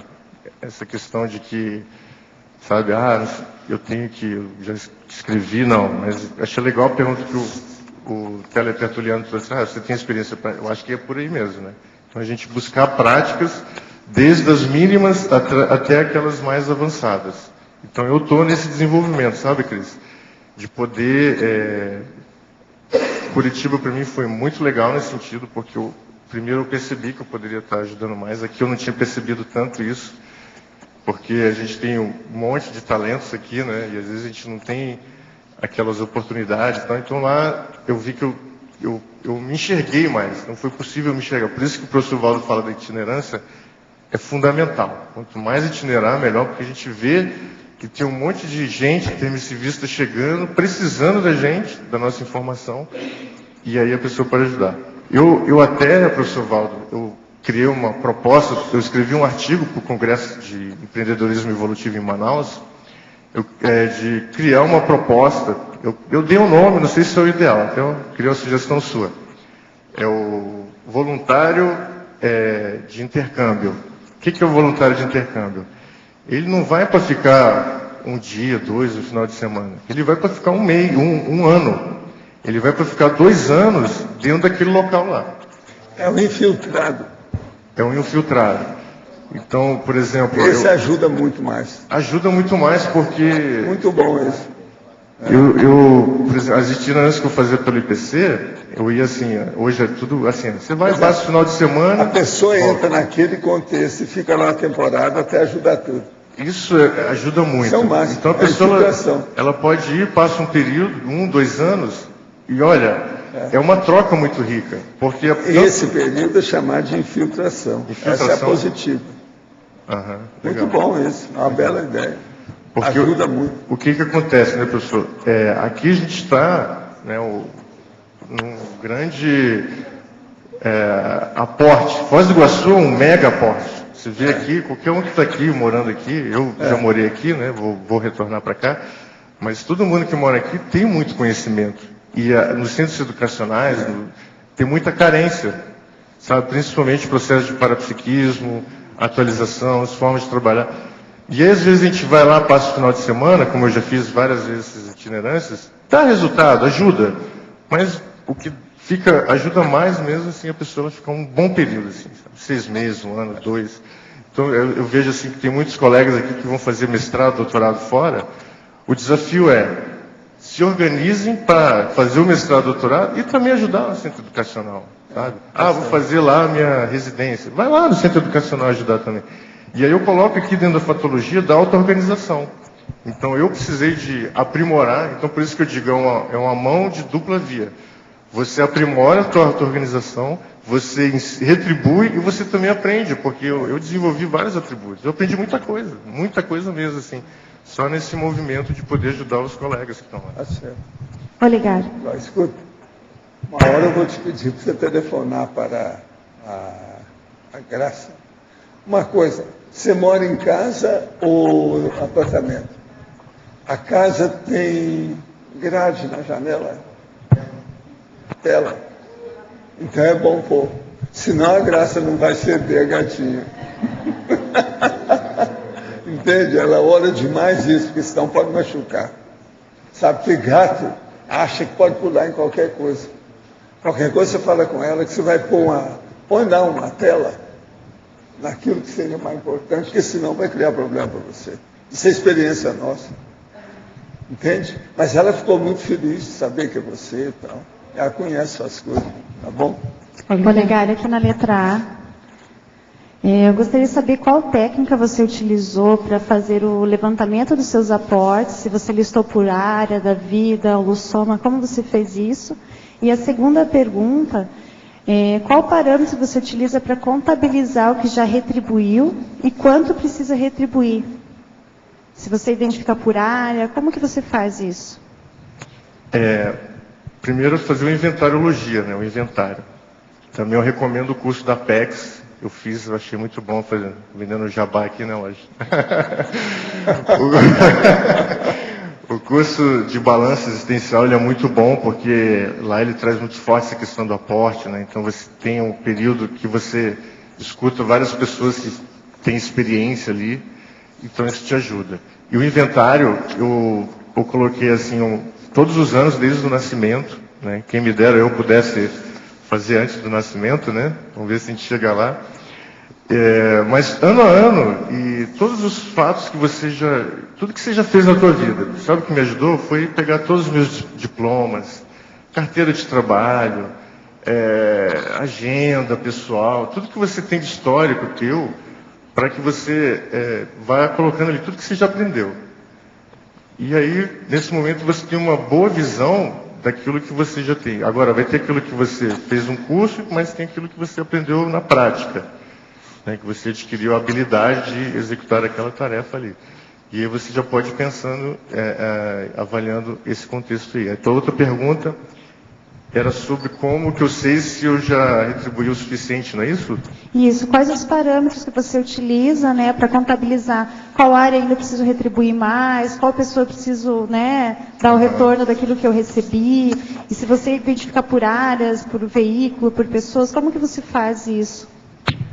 O ideal é você focar na tua especialidade, sabe? Porque muitas vezes tu vai descobrir que você tem vários aportes, mas o ideal é você focar na tua especialidade. Então, uma especialidade que eu gosto muito e me identifico desde o começo é proexologia, né? Como o Lócio falou aqui, né?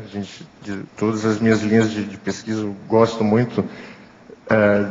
E aí eu procuro trabalhar dentro dessa linha, sabe? Aí desenvolver, por exemplo, hoje eu fiz um curso de coaching, então eu trabalho com coaching dentro das empresas lá em Curitiba, que eu estou trabalhando com consultoria, que está dentro de uma linha de Proex. Eu não falo de conscienciologia, mas eu ajudo lá é o executive coaching, né, que é a parte profissional da pessoa. E aí você pega uma linha, o ideal é isso. Agora, se você puder retribuir mais, quanto mais, melhor. Eu até coloquei aqui, né, tipo, na dúvida, retribua, sempre. Sempre está retribuindo, né, sempre procurar estar... isso é uma máxima minha. Eu tenho lá, vou lá, poxa, tem uma oportunidade ali, eu vou entrar para retribuir. E avaliando, né, eu acho que faz o teu inventário, vê aquilo lá, define mais ou menos a tua especialidade, o Mega Trafor também eu acho que é interessante, e aí você trabalha dentro daquela linha ali. Não sei se ajudou. Obrigada. Obrigada. Ainda é sobre aquela questão da Ana Paula, sobre a retribuiciologia, estagnação de Proex, essa questão. Uma das técnicas é a autografterapia. Porque o problema não é escrever para os outros, simplesmente produzir alguma coisa. É que a escrita obriga a reflexão sobre o problema. E às vezes a pessoa sofre o problema, mas ela não reflete sobre ele. Ela não parou para ver, por exemplo, como é o mecanismo, como é disparado, se tem um surto, se tem um ciclo, a ciclologia do processo. Então, isso só parando para pensar é que a gente consegue colocar no papel, principalmente as insatisfações. Então, é o mais difícil de ser feito. Ninguém quer sentar, parar, refletir, escrever sobre o porquê das suas insatisfações. Por que as coisas estão dando errado, ou por que um determinado caminho não está trazendo o resultado esperado. Então, essa ausência de sossegar o facho, como se diz, para poder pensar sobre o problema, e seja lá como for, vai passar pela crise emocional que passe, uma hora vai acabar e vai render ideia. Então, nessa hora é bem-vindo. Deixa fazer o que for necessário. Acontecer o que tiver que acontecer, mas depois, espremendo, vai sair uma ideia, e uma ideia amparada, porque você topou a parada da crise assistida, promovida voluntariamente. Você que provocou. Eu quero escrever sobre esse assunto porque eu tenho um problema e preciso resolver. Autobiografia. É a melhor coisa que tem. Então, autobiografia terapêutica. É a autografoterapia que eu estou chamando, Valdo, porque é o que mais ajuda. A pessoa escreve porque ela não pode fazer de outro jeito. Não existe outra forma. Ela tem que desovar.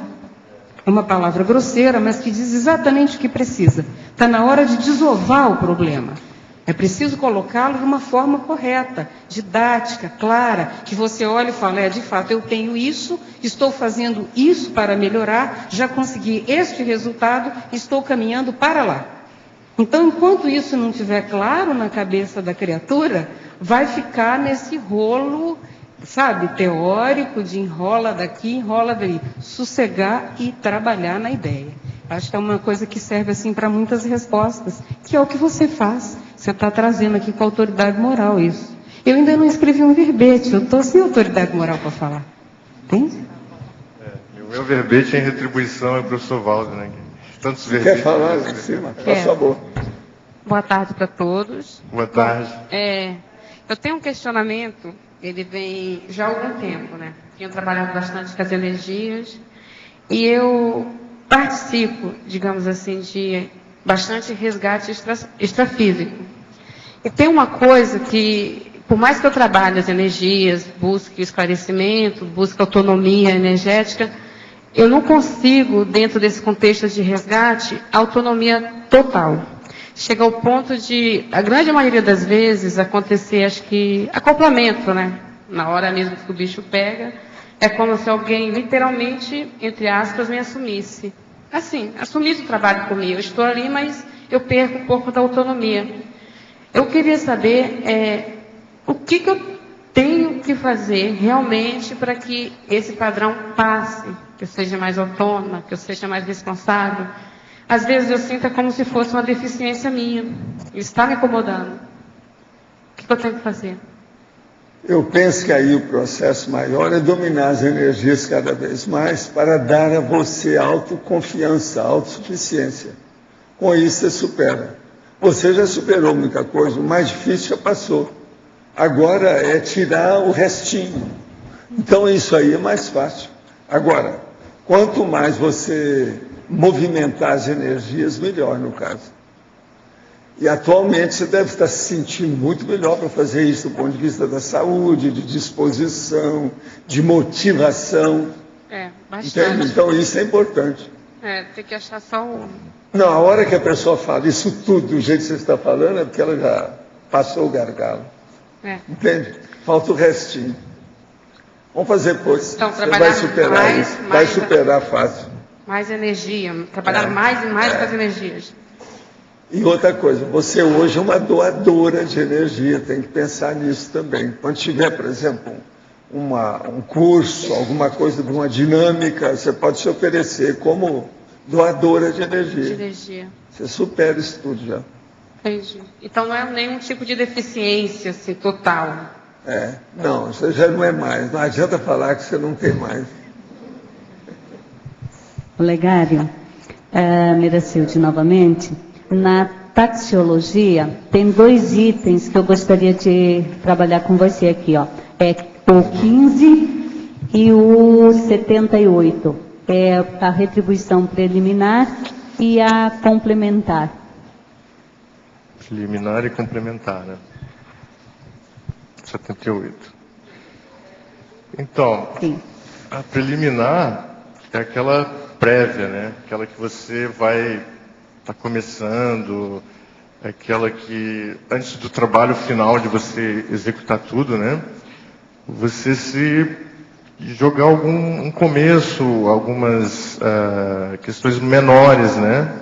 Então, uma prévia do trabalho que você vai fazer. Por exemplo, você vai ensinar uma pessoa, vamos supor que você vai ajudar uma pessoa a dar aula. Você não vai colocar a pessoa imediatamente dentro de uma sala de aula para ela ministrar uma aula, porque você pode até deixar ela meio traumatizada, né? Mas você pode, por exemplo, dar algumas dicas, pedir para, por exemplo, você está numa palestra, aí você pede para a pessoa ir lá dar os avisos. Então ela já começa a ter um aprendizado preliminar do que é você ensinar ela a dar aula. A pessoa já vai se sentir no local de poder, a pessoa já vai estar, vamos dizer assim, tendo uma prévia daquilo que ela vai desenvolver. Então, aos poucos, doses homeopáticas. Então, se começa com os processos preliminares. E a 15, que é a complementar, muitas vezes você vai verificar que a tua assistência ou a tua retribuição, ela não foi completa. Ficou faltando alguma coisa, ficou faltando alguma especificidade ali, que é a cereja do bolo, ou às vezes é um fechamento do processo como um todo, às vezes é um encaminhamento da pessoa. Então é aquilo que você viu assim, puxa, está faltando algo ainda. A pessoa ainda não conseguiu se assumir, não conseguiu se desenvolver dentro daquele aspecto, você já trabalhou tudo. Então o que eu tenho que complementar aqui para que ela possa andar com as próprias pernas e realmente se desenvolver a sua autonomia relativa aí dentro da sua Proexis. Então é fazer um balanço, sabe, Mera? Você vê a pessoa, vê o resultado, aquilo que você retribuiu, você vê assim, poxa, a pessoa ainda não está 100%. O que eu posso complementar? É um retorno, é uma volta, sabe? Você está voltando ali para... Sabe a questão do médico, assim, quando ele vai, faz uma consulta e a pessoa, ela fica boa, muitas vezes a pessoa ela não retorna para o médico para dar um feedback, né? Então, muitas vezes você pode pegar um feedback da retribuição que você deu e aí, em cima do feedback que ela te der, você pode ter algo a mais para complementar, porque sempre vai ter algo a mais, sabe? A pessoa não mudou totalmente ali. Então, você passou algumas dicas, alguma habilidade, ela vai, aplica, mas normalmente pode ser que ela tenha alguma dúvida ainda. E aí você complementa aquela informação. Tá ok, obrigada. Obrigado. Oi, Olegário. Oi. Parabéns pelo verbete, Aline. Aqui. Obrigado, tudo bem, Aline? Tudo bom? Quando eu olho para você, eu lembro que a gente atuou bastante com seminários de pesquisa, né? Inclusive, então... o meu aprendizado contigo no seminário foi possível eu resgatar o seminário de pesquisa em Curitiba. Comentar com você o que significou em termos de retribuição o seminário de pesquisa para você, aquela época que você estava investindo? Para mim... Pra auxiliar os outros na autopesquisa. Olha, Aline, para mim o seminário de pesquisa foi um dos grandes que mais destravou meu mental soma. Assim. O fato de eu trabalhar no seminário de pesquisa, aprender, primeiro, eu tinha que ter teática, né? Então, comecei a escrever artigo, apresentei, depois eu fazia revisão. Então, eu aprendi as duas coisas. Eu aprendi a escrever, aprendi a revisar e aprendi a apresentar. Então, para mim, o seminário de pesquisa foi uma escola assim fantástica, que eu recomendo para todo mundo participar, tanto como revisor, quanto como pesquisador. Isso me deu, Aline, mais estofo, por exemplo, para escrever para um congresso. Me deu mais estofo, porque, por exemplo, quando eu cheguei lá em Curitiba, o seminário de pesquisa estava desativado, já tinha 2 anos. Então, isso me deu estofo para reativar o seminário de pesquisa. Então, foi tudo em equipe, eu não fiz nada sozinho lá, entendeu, Aline? Tudo sempre chamando as pessoas, ensinando, né? A técnica que o professor Valdo faz, a Malo faz, é ensinar as pessoas a fazerem para não criar elo de dependência. Então fui lá, formei. Hoje eu já estou fora do seminário de pesquisa e o seminário está andando, sabe? Hoje a gente não tem mais vaga para pesquisador em 2011. Todos os seminários até o final do ano já estão todos cheios pelo movimento que foi feito grupal, né? De autopesquisa. Isso reverberou na equipe, em todo o centro educacional, porque o pessoal que estava lá muito recente ainda não tinha aquele hábito de autopesquisa. E aí um puxou o outro, sabe? Aquela questão de um efeito halo, né? Um escreveu, poxa, motivou o outro foi lá e escreveu, poxa, mas não é tão difícil. E aí isso desassediou, né? Para sair, as pessoas ajudam a sair da superficialidade, ajuda a se mostrar mais. Então aí você olha lá para um voluntário, muitas vezes, se ele não se expõe, você não sabe qual que é a característica dele. Você não sabe qual que é a especialidade, o que ele pensa, né? Então quando você vai num seminário de pesquisa, você expõe toda a sua realidade, né? E aí hoje, por exemplo, eu posso dizer com certeza que eu só estou aqui hoje sentado no banco dos réus, como o professor Valdo fala, por causa do seminário de pesquisa também. Então um aporte que eu ganhei e já consegui retribuir e quero continuar, entendeu? Sempre nesse sentido, porque eu vejo que essa linha que foi escolhida para a Conscienciologia da parapedagogia e da autopesquisologia, para mim é tudo, em termos de desenvolvimento pessoal. Legal. Aqui na página 43, Opa. a parafatologia na linha 2, os efeitos parapsíquicos da retribuição. Como que você verifica isso? Quais são os sinais, as características? Primeiro o desassédio, né? O desassédio que você faz na pessoa. Então é aquela pessoa que tinha lá medo de falar em público. Aí você coloca ela, não, vem aqui na palestra, você vai divulgar os eventos. E aí você vê que a pessoa fica com medo, não, será e tal, aquela coisa toda, a pessoa vai lá e fala. E aí você já vê que quando termina, o grau de satisfação da pessoa, você enxerga, sabe, o desassédio assim fica nítido. Então é interessante porque você enxerga além do processo intrafísico, né? É a satisfação benévola. Satisfação benévola, exatamente, assim. E aí você também vai ganhando estofo, você vai ganhando, sabe, confiança dos amparadores. Acho que os amparadores começam a confiar mais em você por causa desses efeitos parapsíquicos. Okay, eu vejo nesse sentido. Olegário? Oi. Oi, Nora, tudo bem? Tudo. Você, além de ser um professor itinerante, tu é um voluntário itinerante também. Tu saiu de Manaus, foi para o Rio, do Rio para Foz, realmente, de Foz para Curitiba agora. Então, essa jornada de 15 anos de Conscienciologia, essa itinerância no voluntariado, o que te trouxe assim, em benefício, né, e também em retribuição, né, dessa longa jornada tua? Qual é os fatos mais marcantes para você? É o aprendizado, primeiro, assim, do autodesassédio, né? Então, outra coisa também, Nora, ao aprender a trabalhar em grupo. Acho que o voluntariado ele ensina muito isso, sabe? A gente entender o outro, respeitar o outro, deixar de ser egoísta ou egocentrista, sabe? Compreender os limites e potencialidades dos outros colegas que estão trabalhando. E me ajudou também a entender o processo da Max Pro X grupal, assim, sabe? Então, e você vai interagindo com bastante gente. Então, hoje eu enxergo vários amigos evolutivos dentro da Conscienciologia, por esse movimento, né? Não é fácil, né? Às vezes a gente pega uns desafios, aí tem que olhar para dentro de si. Então, eu tinha uma pessoa que sempre falava para mim, nossa, essa Conscienciologia parece que é complicada, né? Porque vive gerando crise e tal, né? Mas é isso mesmo, a gente vai passando pelas crises, superando e vai aprendendo, né?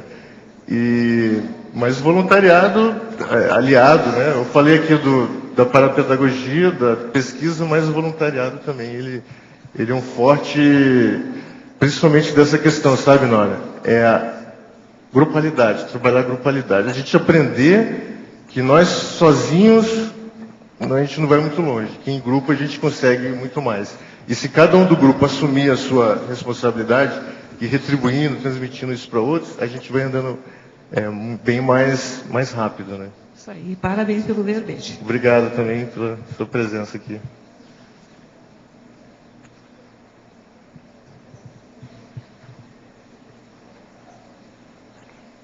Bom, já que deu um silêncio aí, eu queria aproveitar um jabá aqui, professor. Nós vamos ter um congresso, né, de empreendedorismo evolutivo que o IPC está promovendo lá em Manaus. Então eu vejo que a retribuiçologia, ela está lado a lado com o processo de empreendedorismo evolutivo.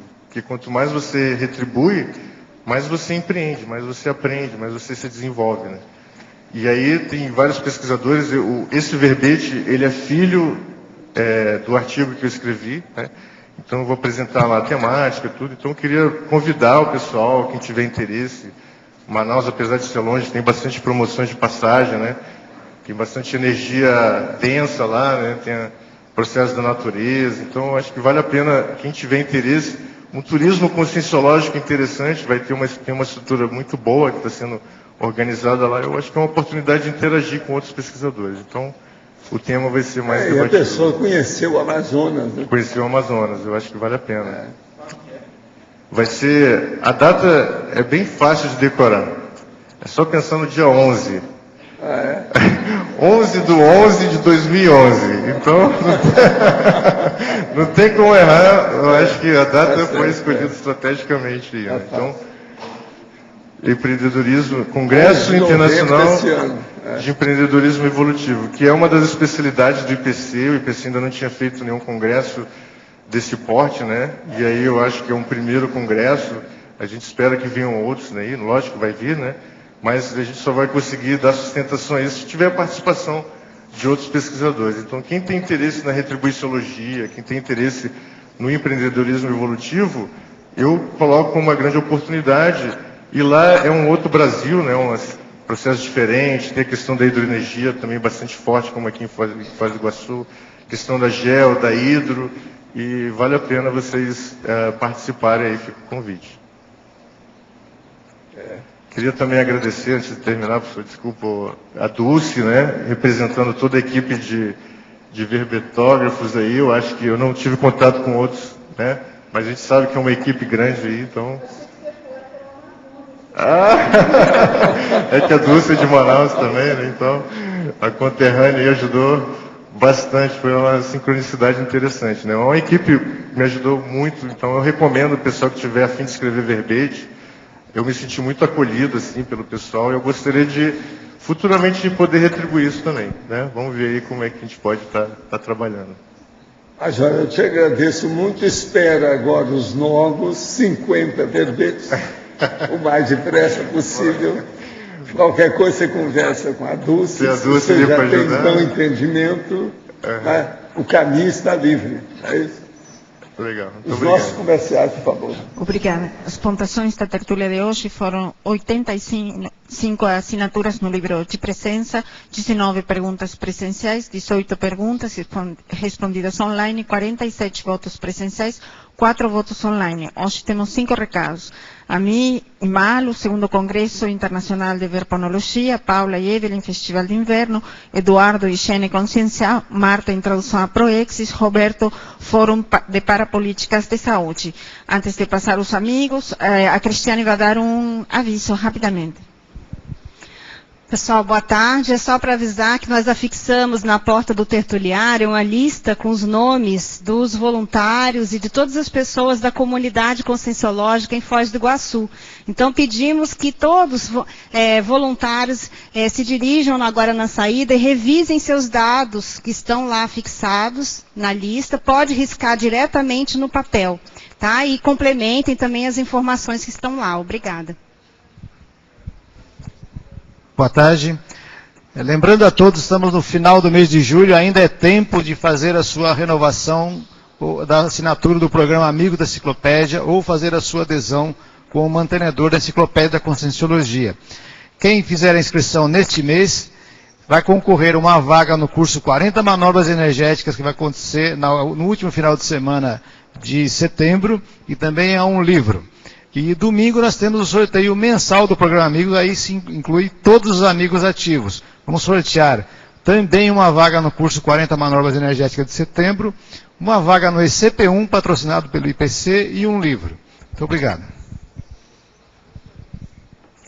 Boa tarde. Eu estou aqui para conversar com vocês sobre o Congresso Internacional de Verponologia, aliás, o segundo congresso, que vai acontecer aqui em Foz do Iguaçu, nos dias 14, 15 e 16 de outubro. o Congresso de Verponologia é a oportunidade que nós temos para ouvir e debater as novas verpões da Conscienciologia. Hoje, aqui do meu lado, está a professora Malu Balona, que é uma das conferencistas, e ela vai falar um bocadinho sobre o trabalho que ela vai apresentar. Eu me lembro que no primeiro congresso de verponologia, nós tínhamos assim, não tinha nem 40 gatos pingados na sala, e a gente acha que ainda tem um certo medão do congresso de verponologia, como se a pessoa fosse posta assim na parede, que ela tenha que apresentar alguma coisa super, hiper, mega plus.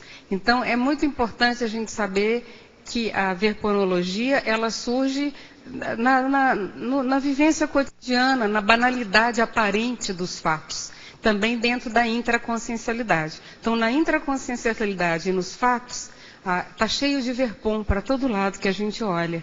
Eu vou falar especificamente sobre a mudança rápida de bloco intelectivo, que é, anteriormente, eu já estudei a mudança rápida de bloco emocional, que é a labilidade. Isso é associado à questão parapsíquica. E eu vou falar agora essa mesma mudança de bloco intelectivo e como isso favorece a pessoa poder passar de um ponto para o outro, para fazer as migrações técnicas, as transposições de conceitos, e isso enriquece e favorece a criatividade. Então, nós estaremos lá com muitos outros colegas trazendo essas contribuições, e o ambiente, o verponárium, é um lugar para a pessoa estar, para ela poder colher as verpons que estão no ar, elas estão aí à disposição de quem quiser, é só pegar. E um congresso sobre esse tema é evidente que reúne os amparadores técnicos especialistas no tema. Então, quem quer aumentar a sua condição pessoal de verponogênese, precisa estar lá. Então, fica o convite para todo mundo. Obrigada. Boa tarde. A gente queria novamente convidar para o Festival de Inverno, que já está acontecendo, começou na segunda com as oficinas, né? Hoje, a oficina agora da arte de brincar não vai acontecer por insuficiência, né, de inscrição mesmo, mas nós vamos ter 2 oficinas hoje à noite, que é a oficina de curta-metragem e animação, e a oficina sobre conto e crônica, a partir das 19 horas, né? As 2 oficinas vão correr a partir das 19 horas.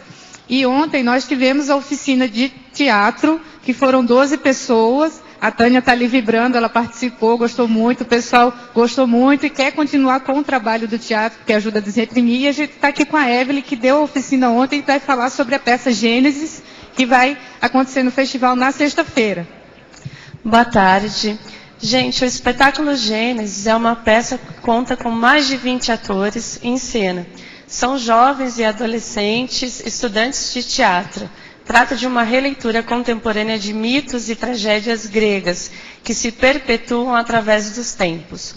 O teatro é uma arte que expressa sentimentos, questões sociais, históricas, políticas, e nos ajuda a compreender e contextualizar fatos passados. A oficina de teatro trabalha o autoconhecimento, desinibição e desrepressão. Eu conto com a participação de vocês. Obrigada ao pessoal da oficina de ontem, que foi um sucesso. Boa tarde a todos. A gente está lá fora vendendo o ingresso para a peça, R$10 para a peça Gênesis da sexta-feira, e também fazendo as inscrições das próximas oficinas. Obrigada. Pessoal, boa tarde a todos. Nós estamos convidando aqui todos os cognopolitas para participar do curso Higiene Consciencial, Conquistando a Homeostase no Micro-Universo Consciencial. Esse curso vai ser uma maratona, começa às 8h30 da manhã até às 10 da noite. Tem toda uma carga teórica, carga prática de energias e um campo homeostático de asepsia intraconsciencial, que vai ser ministrado pelo Epicom Rui Bueno. Então, dentro desse curso, nós vamos abordar o padrão homeostático de referência, a síndrome da banalização dos conceitos básicos de conscienciologia, uma situação conhecida como autoconectividade, que é o processo do alinhamento das ideias com as emoções e com as energias, a descoberta da volicionina, o estado vibracional, assim e desassim, sincronicidades pró-evolutivas, parapoliticologia e os extrapolacionismos, OFIEX e desperticidade. O curso ocorre então no dia 20 de agosto, no discernimento. As inscrições são feitas aqui no CAEC, no valor de R$100, a pessoa pode pagar em 2 vezes de 55. E no final do curso nós teremos uma videoprojeção especial. Obrigado. Boa tarde a todos. O convite em nome da Apex para o curso Introdução à Programação Existencial. Esse curso está sendo oferecido em 2 modalidades. A primeira é online, ou seja, a pessoa pode assistir o curso, participar, fazer as suas perguntas através do site www.apexinternacional.org. Esse curso online terá início no dia 1º de agosto. E a versão presencial, para quem está em Foz do Iguaçu, vai ser no dia 14 de agosto, das 8h30 às 18 horas, com intervalo para o almoço. As informações e inscrições podem ser feitas pelo telefone 045-3525-2652. Então, todas as pessoas que se interessam pela Conscienciologia, que querem iniciar os estudos pelo veio da Proexologia, ou mesmo renovar, reciclar os seus conhecimentos iniciais sobre Conscienciologia, estão convidados a participar desses 2 eventos. Obrigada e até logo. Boa tarde, pessoal. Em nome da OIC, nós vamos fazer um convite a todos os cognopolitanos para que neste domingo, dia 31, às 15 horas, nós vamos fazer uma oficina, que é uma oficina de preparo para o Fórum de Saúde Holossomática que vai ocorrer em setembro. Nós já fizemos reuniões com médicos, psicólogos, com os profissionais da saúde, e nesse domingo nós vamos fazer uma reunião com todos os interessados para discutir a questão de sugestões para a área de saúde, nossa, do convívio. Nós que estamos pensando na radicação vitalícia, existem muitas coisas a serem feitas ainda para que a gente tenha ambientes, atividades e convívio e N situações que possam melhorar a saúde do ponto de vista holossomático dos cognopolitanos. Então, nesse domingo, nós vamos estar chamando também o pessoal dos condomínios, dos coordenadores das ICs, para a gente estar discutindo o que pode ser feito nesses ambientes para que a gente possa otimizar a saúde holossomática. Domingo, então vai ser domingo, dia 31, às 15 horas.